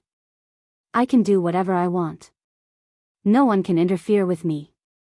Since I'm destined not to have it, I'd rather destroy it than leave me behind. Yu Yu pushed Xiao Yichen away forcefully with both hands. Xiao Yichen didn't know where Xiao Yichen got his strength from, but he slammed hard against the wall and fell to the ground in a sorry state. He was about to get up when he saw a hand sticking out of the unlatched cupboard door. He widened his eyes in shock and reached out to touch it gently. He recognized the diamond ring on the ring finger of that hand. It was Yunshishi's hand. Her hand came out of the cupboard weakly without a trace of life. Xiao Yichen looked at Yu Yu in disbelief and then looked at Yunshishi. He swallowed hard and opened the cupboard door, only to see Yunshishi's cold body curled up in the cupboard. Ah! Little Yichen let out a yelp and sat up in bed abruptly. The action of straightening his body pulled him back to reality from the nightmare. Xiao Yichen opened his eyes and saw the world in front of him clearly. It was a familiar bedroom, familiar furnishings, and familiar windowsill. The sunlight shone in from the window and finally made his body, which was covered in cold sweat, feel a trace of warmth. However, he could no longer distinguish whether what was in front of him was a dream or a dream within a dream. Although it was a dream, the scenes in the dream were still deeply imprinted in his mind. Especially the scene in the kitchen, it tugged at his heart fiercely. How could he have such a dream? Yu Yu, he turned around and saw that the bed was empty. He couldn't help but wonder if this was a dream or reality. Xiao Yichen held his forehead in pain. He unsteadily lifted the blanket and got out of bed. He shuffled on his slippers, opened the door, and stood at the door of the room. He was still in a daze. He finally understood how torturous a deep nightmare could be. Just by recalling the scene in the dream, he didn't dare to imagine what would have happened if he hadn't woken up. Xiao Yichen leaned against the wall in pain. He finally understood why Yu Yu didn't want to sleep even though she was so tired last night. Nightmares were really tiring. Even though he had slept for an entire night, he still felt extremely tired. It was probably because of the dream that his brain wasn't in a state of rest. That was why he felt this way. But why would he have such a dream? It was for no reason. He had always had a good sleep and never had such a dream. Could it be, was it because of telepathy? Chapter 42-37. Could it be, was it because of telepathy? Could it be, Gong Fan really wanted to betray Yu Yu and invade Yu Yu's body? Did he have such a dream because of telepathy? Xiao Yichen was full of doubts. That was because the dream just now was simply too realistic. Xiao Yichen clenched his fists in anger. However, if Gong Fan really dared to hurt Yu Yu, he would never allow it to happen. Xiao Yichen walked out of the room and into the living room. He saw Yu Yu sitting on the sofa with a cold expression. At that moment, Xiao Yichen recognized that this person was not Yu Yu, but Gong Fan, who had disappeared for a long time. He could now easily tell the difference between Yu Yu and Gong Fan. Why was it him? If it were not for the dream last night, little Yichen would definitely be overjoyed by Gong Fan's appearance. However, when he thought about the dream last night, his feelings toward Gong Fan's appearance became complicated all of a sudden. Gong Fan, when Gong Fan heard this, he turned to look at Xiao Yichen. However, there wasn't much emotion in his eyes. You're awake? Little Yichen hummed in response uncomfortably. He sat down next to his older brother, but he was wary of keeping a distance from him. Why are you up so early? When Gong Fan heard this, he took a sip of milk and said calmly, I wanted to get some sun. Perhaps it was because he had been asleep for too long that Gong Fan didn't want to waste time sleeping. Hence, he got up early in the morning. In the living room, sunlight shone in and landed on his body. It was as if he was covered in a layer of gold. Xiao Yichen's eyes met his briefly. While he was in a daze, he suddenly heard the sound of water splashing from the kitchen. For some reason, Xiao Yichen thought of the dream. He stood up nervously and hurried to the kitchen. Mommy, he rushed to the kitchen door and saw Yunshisha preparing breakfast in front of the kitchen counter. She jumped in fright when she heard Xiao Yichen's voice. She turned around to look at the door, only to see Xiao Yichen heave a sigh of relief when he saw that she was only washing the cups. He was scared to death. What happened? Yun Shishir was a little nervous, thinking that something had happened. What's wrong? Oh, no, nothing. Xiao Yichen walked to Yun Shishir's side and whispered, it's Gong Fan. Ugh. Yun Shishir also knew that the person who woke up today was Gong Fan. However, there wasn't much surprise on her face. Instead, there was a faint worry. She was obviously worried about Yu. Last night, she saw with her own eyes how Yu struggled to wake up from his dream.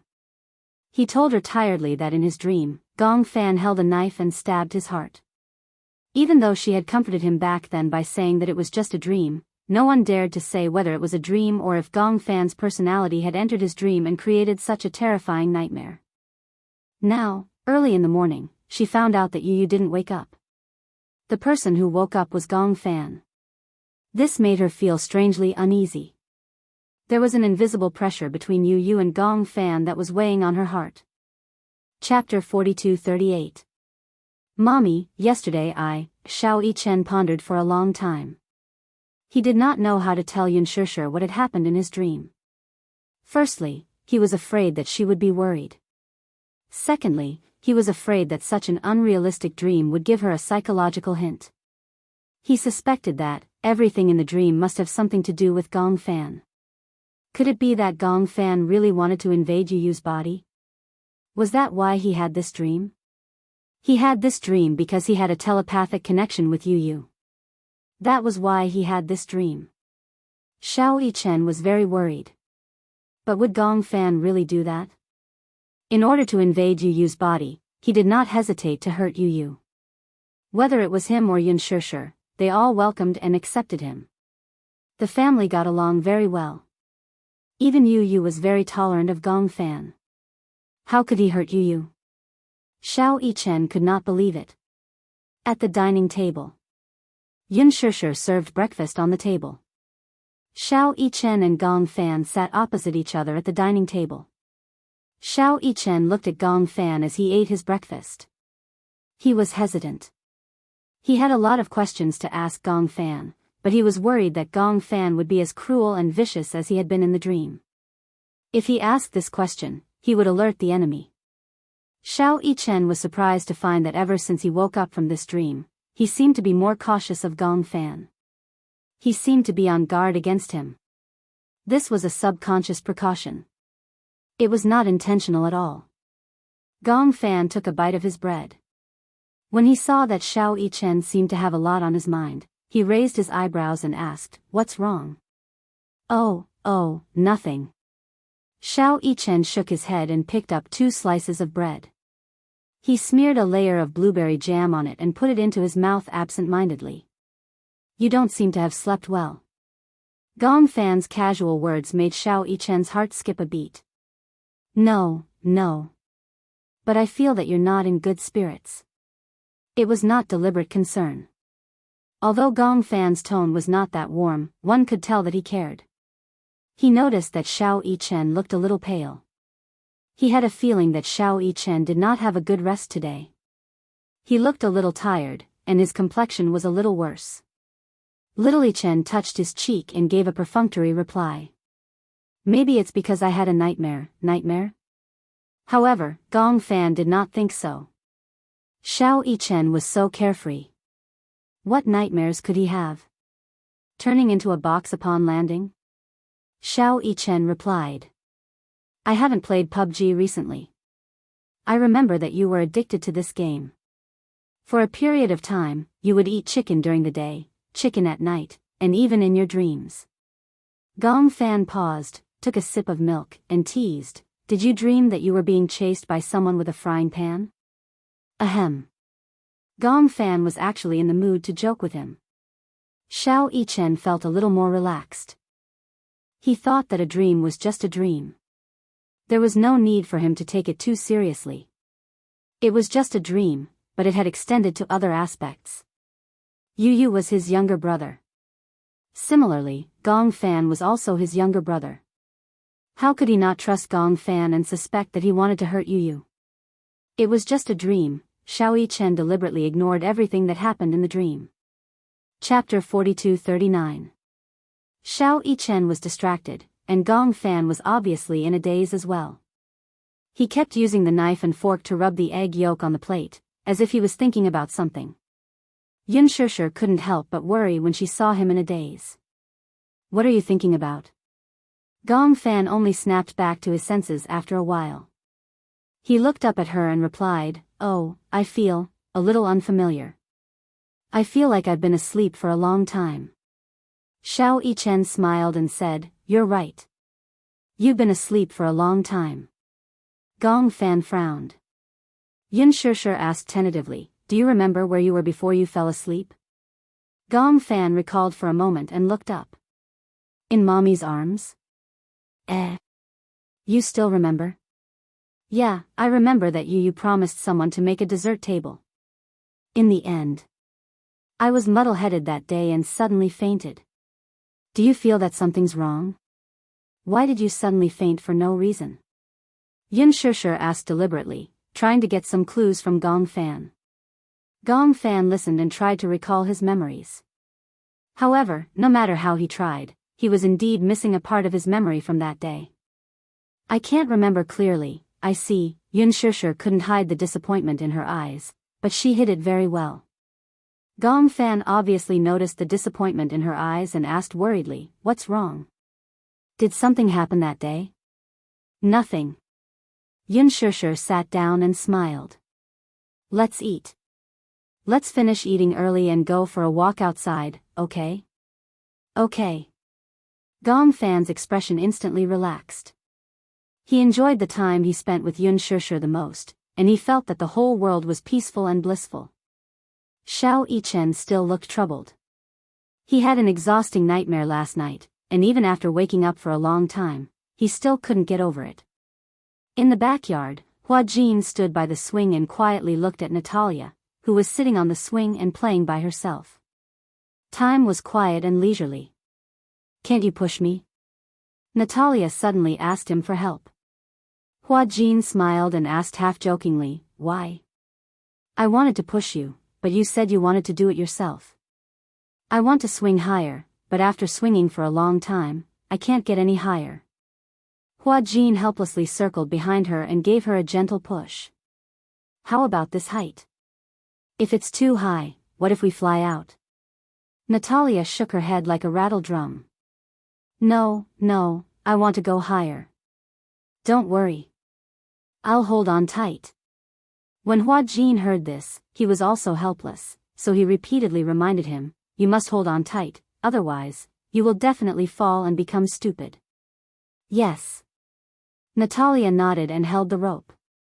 Hua Jin gave it a little push, and the swing swung high. "Wow." Natalia squinted her eyes and smiled excitedly. After the swing swung high, it gradually slowed down. After experiencing the excitement, Natalia settled down and sat on the swing, allowing the gentle breeze to caress her face. "When is Daddy coming back?" She abruptly blurted out this sentence. When Hua Jin heard this, he was stunned. He raised his eyebrows and asked, "Why? Do you miss Daddy?" "Yeah." Chapter 42-40. "Didn't you just video call him a few days ago?" Hua Jin said again, "Daddy is so busy, he might not have time to come back." "Why don't you call him and ask when he will come back?" Natalia's eyes were wide open, and she looked expectant. Hua Jin didn't want to disappoint her, so he walked to the side and took out his phone. He looked at Gong Jie's FaceTime, hesitated for a moment, and finally dialed. Hurricane Group. Gong Jie put on a windbreaker and walked into the maintenance hall. He looked at the huge monster parked on the tarmac, an armed helicopter. This was his personal vehicle. Armed helicopters were equipped with weapons and developed for the purpose of carrying out combat missions. They were divided into ordinary armed helicopters, stealth helicopters, and high-speed armed helicopters. Armed helicopters could be divided into two major categories, special purpose and multi-purpose. The special purpose type had a narrow fuselage and stronger combat capability. The multi-purpose type could be used to carry out attack missions, as well as transport, landing, and other missions. Modern armed helicopters not only carried a variety of weapons, but also carried a large amount of ammunition. In terms of single aircraft, helicopters with a higher takeoff weight could carry more ammunition. For example, the Mi-24 armed helicopter used in the Eaton P-2H war and the AFH war. The nose is equipped with one 4-barreled machine gun, 1,500 rounds of ammunition, 4 anti-tank missiles can be hung on the short wing tips, and 4 hangars can be hung under the short wing 4 57mm rocket launchers with a total of 128 rockets. If rockets weren't installed, 1,500 kilograms of bombs could be installed. Another example was the AHL armed helicopter used in the Vietnam battlefield. It was equipped with a 20mm cannon or 30mm cannon in the nose. 8 anti-tank missiles or 76 70mm rockets could be installed under the short wings of the fuselage. The A-129 helicopter with a takeoff weight of less than 4 t was equipped with an organic gun. It could carry 8 Hort missiles or 52 70mm rockets. The air combat type could carry 8 Mistral air-to-air missiles. For an organized armed helicopter unit, its firepower couldn't be underestimated. At this moment, this huge armed monster was undergoing daily maintenance. Men were creatures with a strong desire to conquer. Therefore, they liked cars, tanks, and guns. Not everyone could own such a huge armed monster. This military helicopter was a gift from Gong Xiaoying when he came of age. So far, it had been in service for 10 years. If the results of this maintenance were not good, he would probably have to retire. Gong Jia could not bear to part with her. After 10 years, it was impossible to say that he had no feelings for this comrade. This was the most precious gift he had received when he was 18 years old. For so many years, he had treated it like a treasure. However, now that he was about to retire, he could only lament that time had passed too quickly. This big monster was the AH-1 Cobra armed helicopter. After the end of the Vietnam War in 1990, the United States Marine Corps decided to use the AH-1W Super Cobra as a base to upgrade their armed helicopters in all aspects, and the result was the AH-1Z Viper. The first prototype of the AH-1Z was successfully tested in 2000. Nominally, this was an improvement in the Super Cobra's performance. Within its lifespan, just the cost of maintenance and training alone would be hundreds of millions of USD, or even more than 1 billion USD. Chapter 42-41. Hurricane was especially strict when it came to the maintenance of equipment. Gong Jia walked up to the helicopter and gently stroked it with his hand. He gave it a name, Robin. He gave it this name because Gong Jia used to have an idol when he was young. His favorite was Batman, the main character of Marvel's comics. When he was young, he liked to collect Batman memorabilia. And Robin was Batman's partner and assistant. He was also known as Boy Wonder, and together with Batman, they were known as the energetic duo. When he was young, he also hoped to have a close friend and assistant like Robin. Until Gong Xiaoying gave him this military helicopter. For some reason, the first name that came to his mind was Robin. That day, he sat in the brand new pilot's seat for the first time. Touching the controls, he felt as though the AH-1Z had been given life. Your name is Robin. What do you think? He actually gave this big guy a name just like that, talking to himself. For 10 years, Robin had carried him through the skies. It had also flown over the aurora and the horizon. In the rain of bullets, it had been his most loyal partner. It had helped him shoot down missiles that tried to sneak up on him. Its hard shell had helped him block countless bullets from machine guns. It had also been on the brink of death and had gone through life and death together. Young Master Jia. He walked over during the maintenance, holding a thick stack of test reports in his hands. Gong Jia walked over and asked anxiously, "How is it?" "The test reports are out. Robin has met all the requirements and can continue to serve in the military." Upon hearing this, Gong Jia's eyes lit up. He turned around and jumped onto the big guy happily.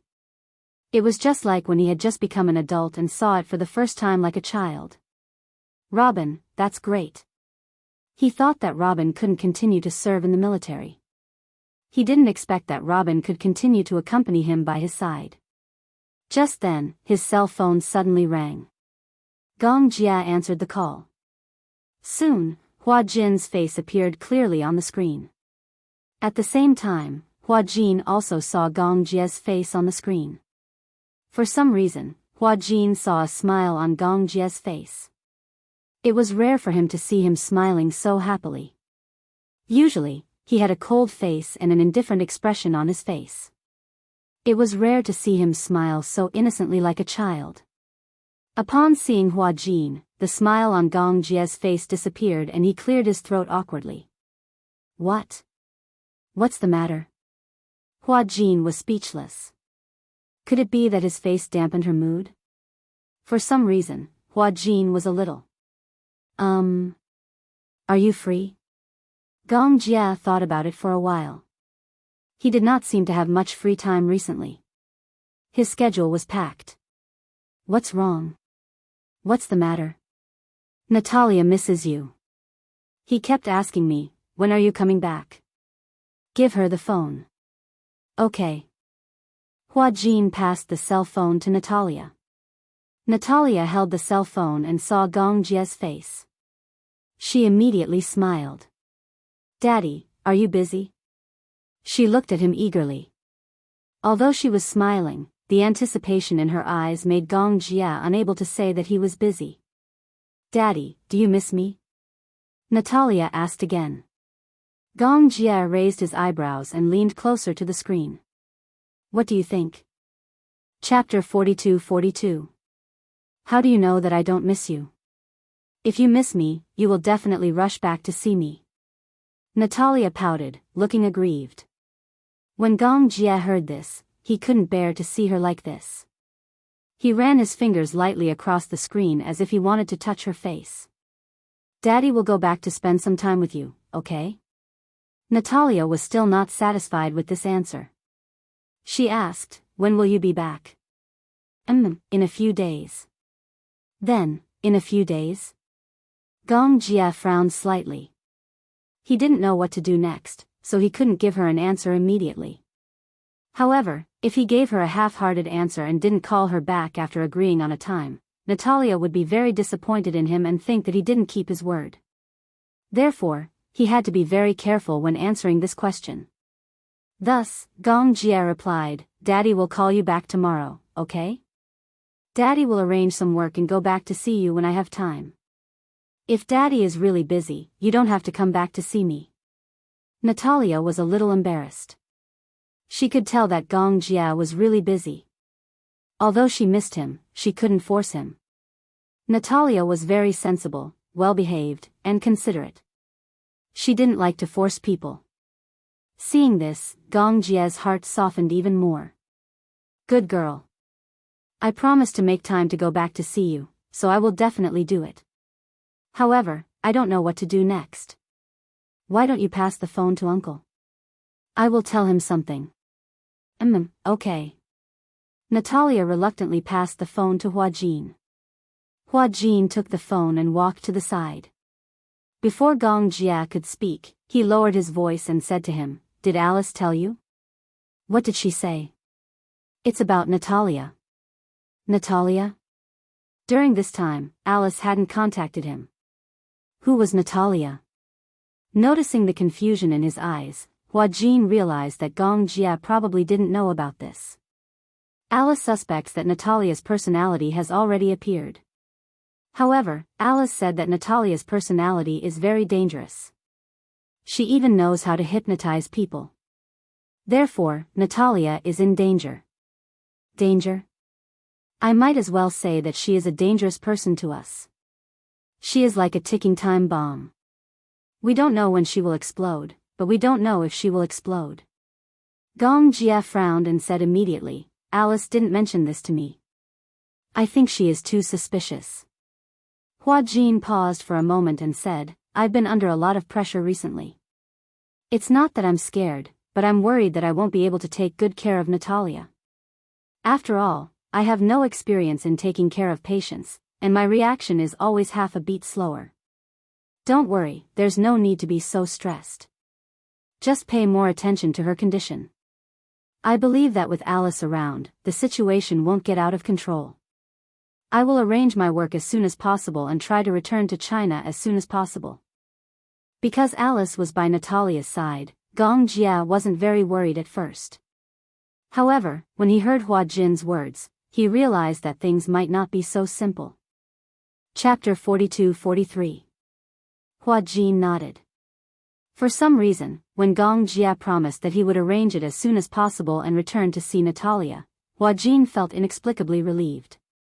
The name Gong Jia seemed to signify an absolute sense of security and reliability. Hua Jin put away his phone and walked in front of Natalia. Under her expectant gaze, he smiled and said, "Daddy will arrange for work as soon as possible and return to accompany you, Are you happy?" Natalia was so happy that she stepped on the waves. "Uncle Hua Jin, I feel so lucky to have met Daddy and you." Natalia didn't know why, but she felt extremely emotional. She suddenly jumped off the swing, ran in front of him, and gave him a big hug. "I love you." Perhaps it was because she grew up in the West, but Natalia knew how to express love. Hua Jin was stunned. He didn't expect Natalia to give him such a warm hug. It seemed to be the first time she hugged him so actively. He was overjoyed. He also squatted down and hugged her tightly. "I love you too." "Yeah." Natalia blinked and suddenly thought of something. She lowered her voice and asked softly, "Then, if I make a mistake, will you and Daddy not want me anymore?" "How can that be?" Hua Jin didn't think much of it. Who doesn't make mistakes? No one is a saint and will never make mistakes. How can we abandon you just because you make a mistake? Natalia's eyes couldn't help but turn red when she heard that. Hua Jin suddenly realized why she asked that. She had lived in an environment with too many uncertain factors since she was young. It wasn't an exaggeration to say that she was homeless. Strictly speaking, Natalia didn't have any real family. At first, when Gong Jia said that he wanted to adopt her, she didn't think much of it. She had a feeling that this family wouldn't last for long. She didn't have much confidence in the concept of home and happiness. Therefore, she felt uneasy and cautious. She even deliberately distanced herself from him because she was afraid that once she put her feelings into it, she would be sad once they were separated. "Then it's a promise." Natalia carefully extended her pinky. Her eyes sparkled as she moved closer to Hua Jin and pouted. "Pinky promise. From now on, we're a family. No matter what, let's never be separated, okay?" After spending so much time together, Natalia realized how warm it was to have a family, even though they had been living together peacefully. It was this long-lasting warmth that made Natalia even more dependent on Hua Jin. The more he felt warmth, the more he felt that this warmth was precious and the more he wanted to cherish it. Especially today, after the phone call with Gong Jia and learning of her needs, he immediately arranged for work and flew back to accompany her. It made her feel like she was being treasured. Therefore, she also wanted to cherish it and open her heart to let Hua Jin and Gong Jia live in her heart. Hua Jin reached out his pinky and gently hooked it with hers. His lips curled into a smile, revealing his pearly white teeth. "I promise you." Natalia looked at him and smiled. Chapter 42-44. She was grateful to Hua Jin and Gong Jia for giving her such a family, even though such a family seemed to be different from other children's families. Everyone else had a mother and a father. It was a pity that her family didn't seem to be such a combination. Natalia leaned into his embrace and suddenly asked curiously, "If I call him Daddy, what should I call you?" "Uncle." Hua Jin raised his eyebrows. "Isn't that what you've always called me?" "But I want a mommy too." As Natalia said that, she suddenly smiled mischievously. She sized up Hua Jin and said sweetly, "How about I call you Mommy?" "No." Hua Jin said awkwardly, "I'm a man. How can I call a man Mommy? That's how you address a woman. But, you're prettier than most women." Natalia blinked, but her expression was sincere. Hua Jin was speechless. he couldn't deny it. He was indeed prettier than most women. But that's not a reason for you to call me mommy. Haha. Natalia didn't care. She kept calling him mommy. Hua Jin corrected her, but it didn't work. Finally, under Natalia's coaxing and pestering, he nodded.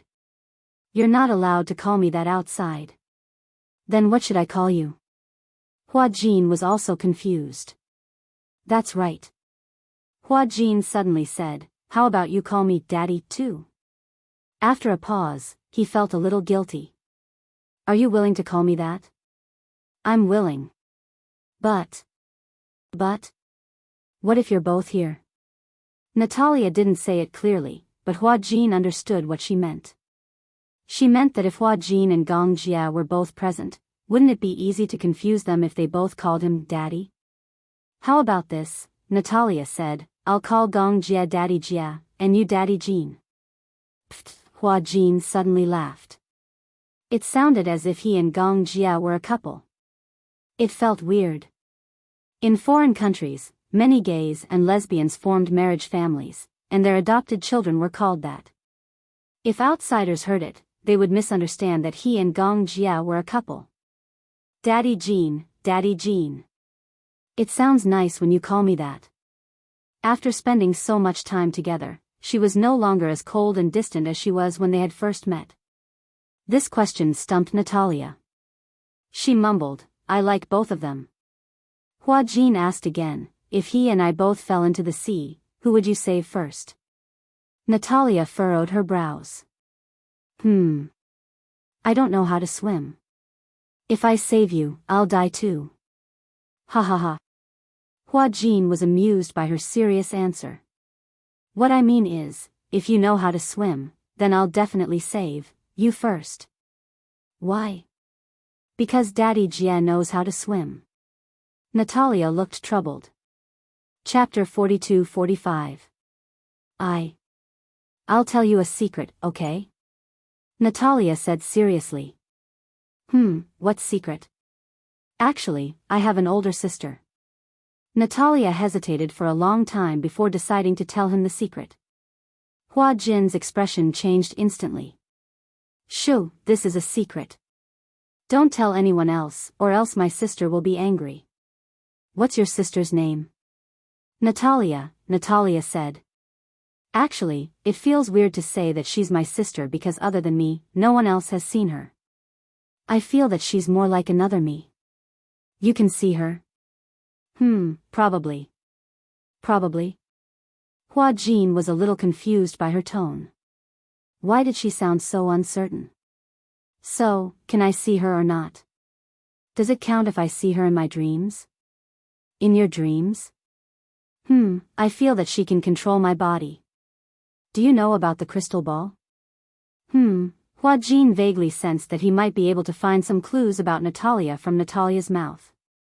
Hence, he listened to her attentively.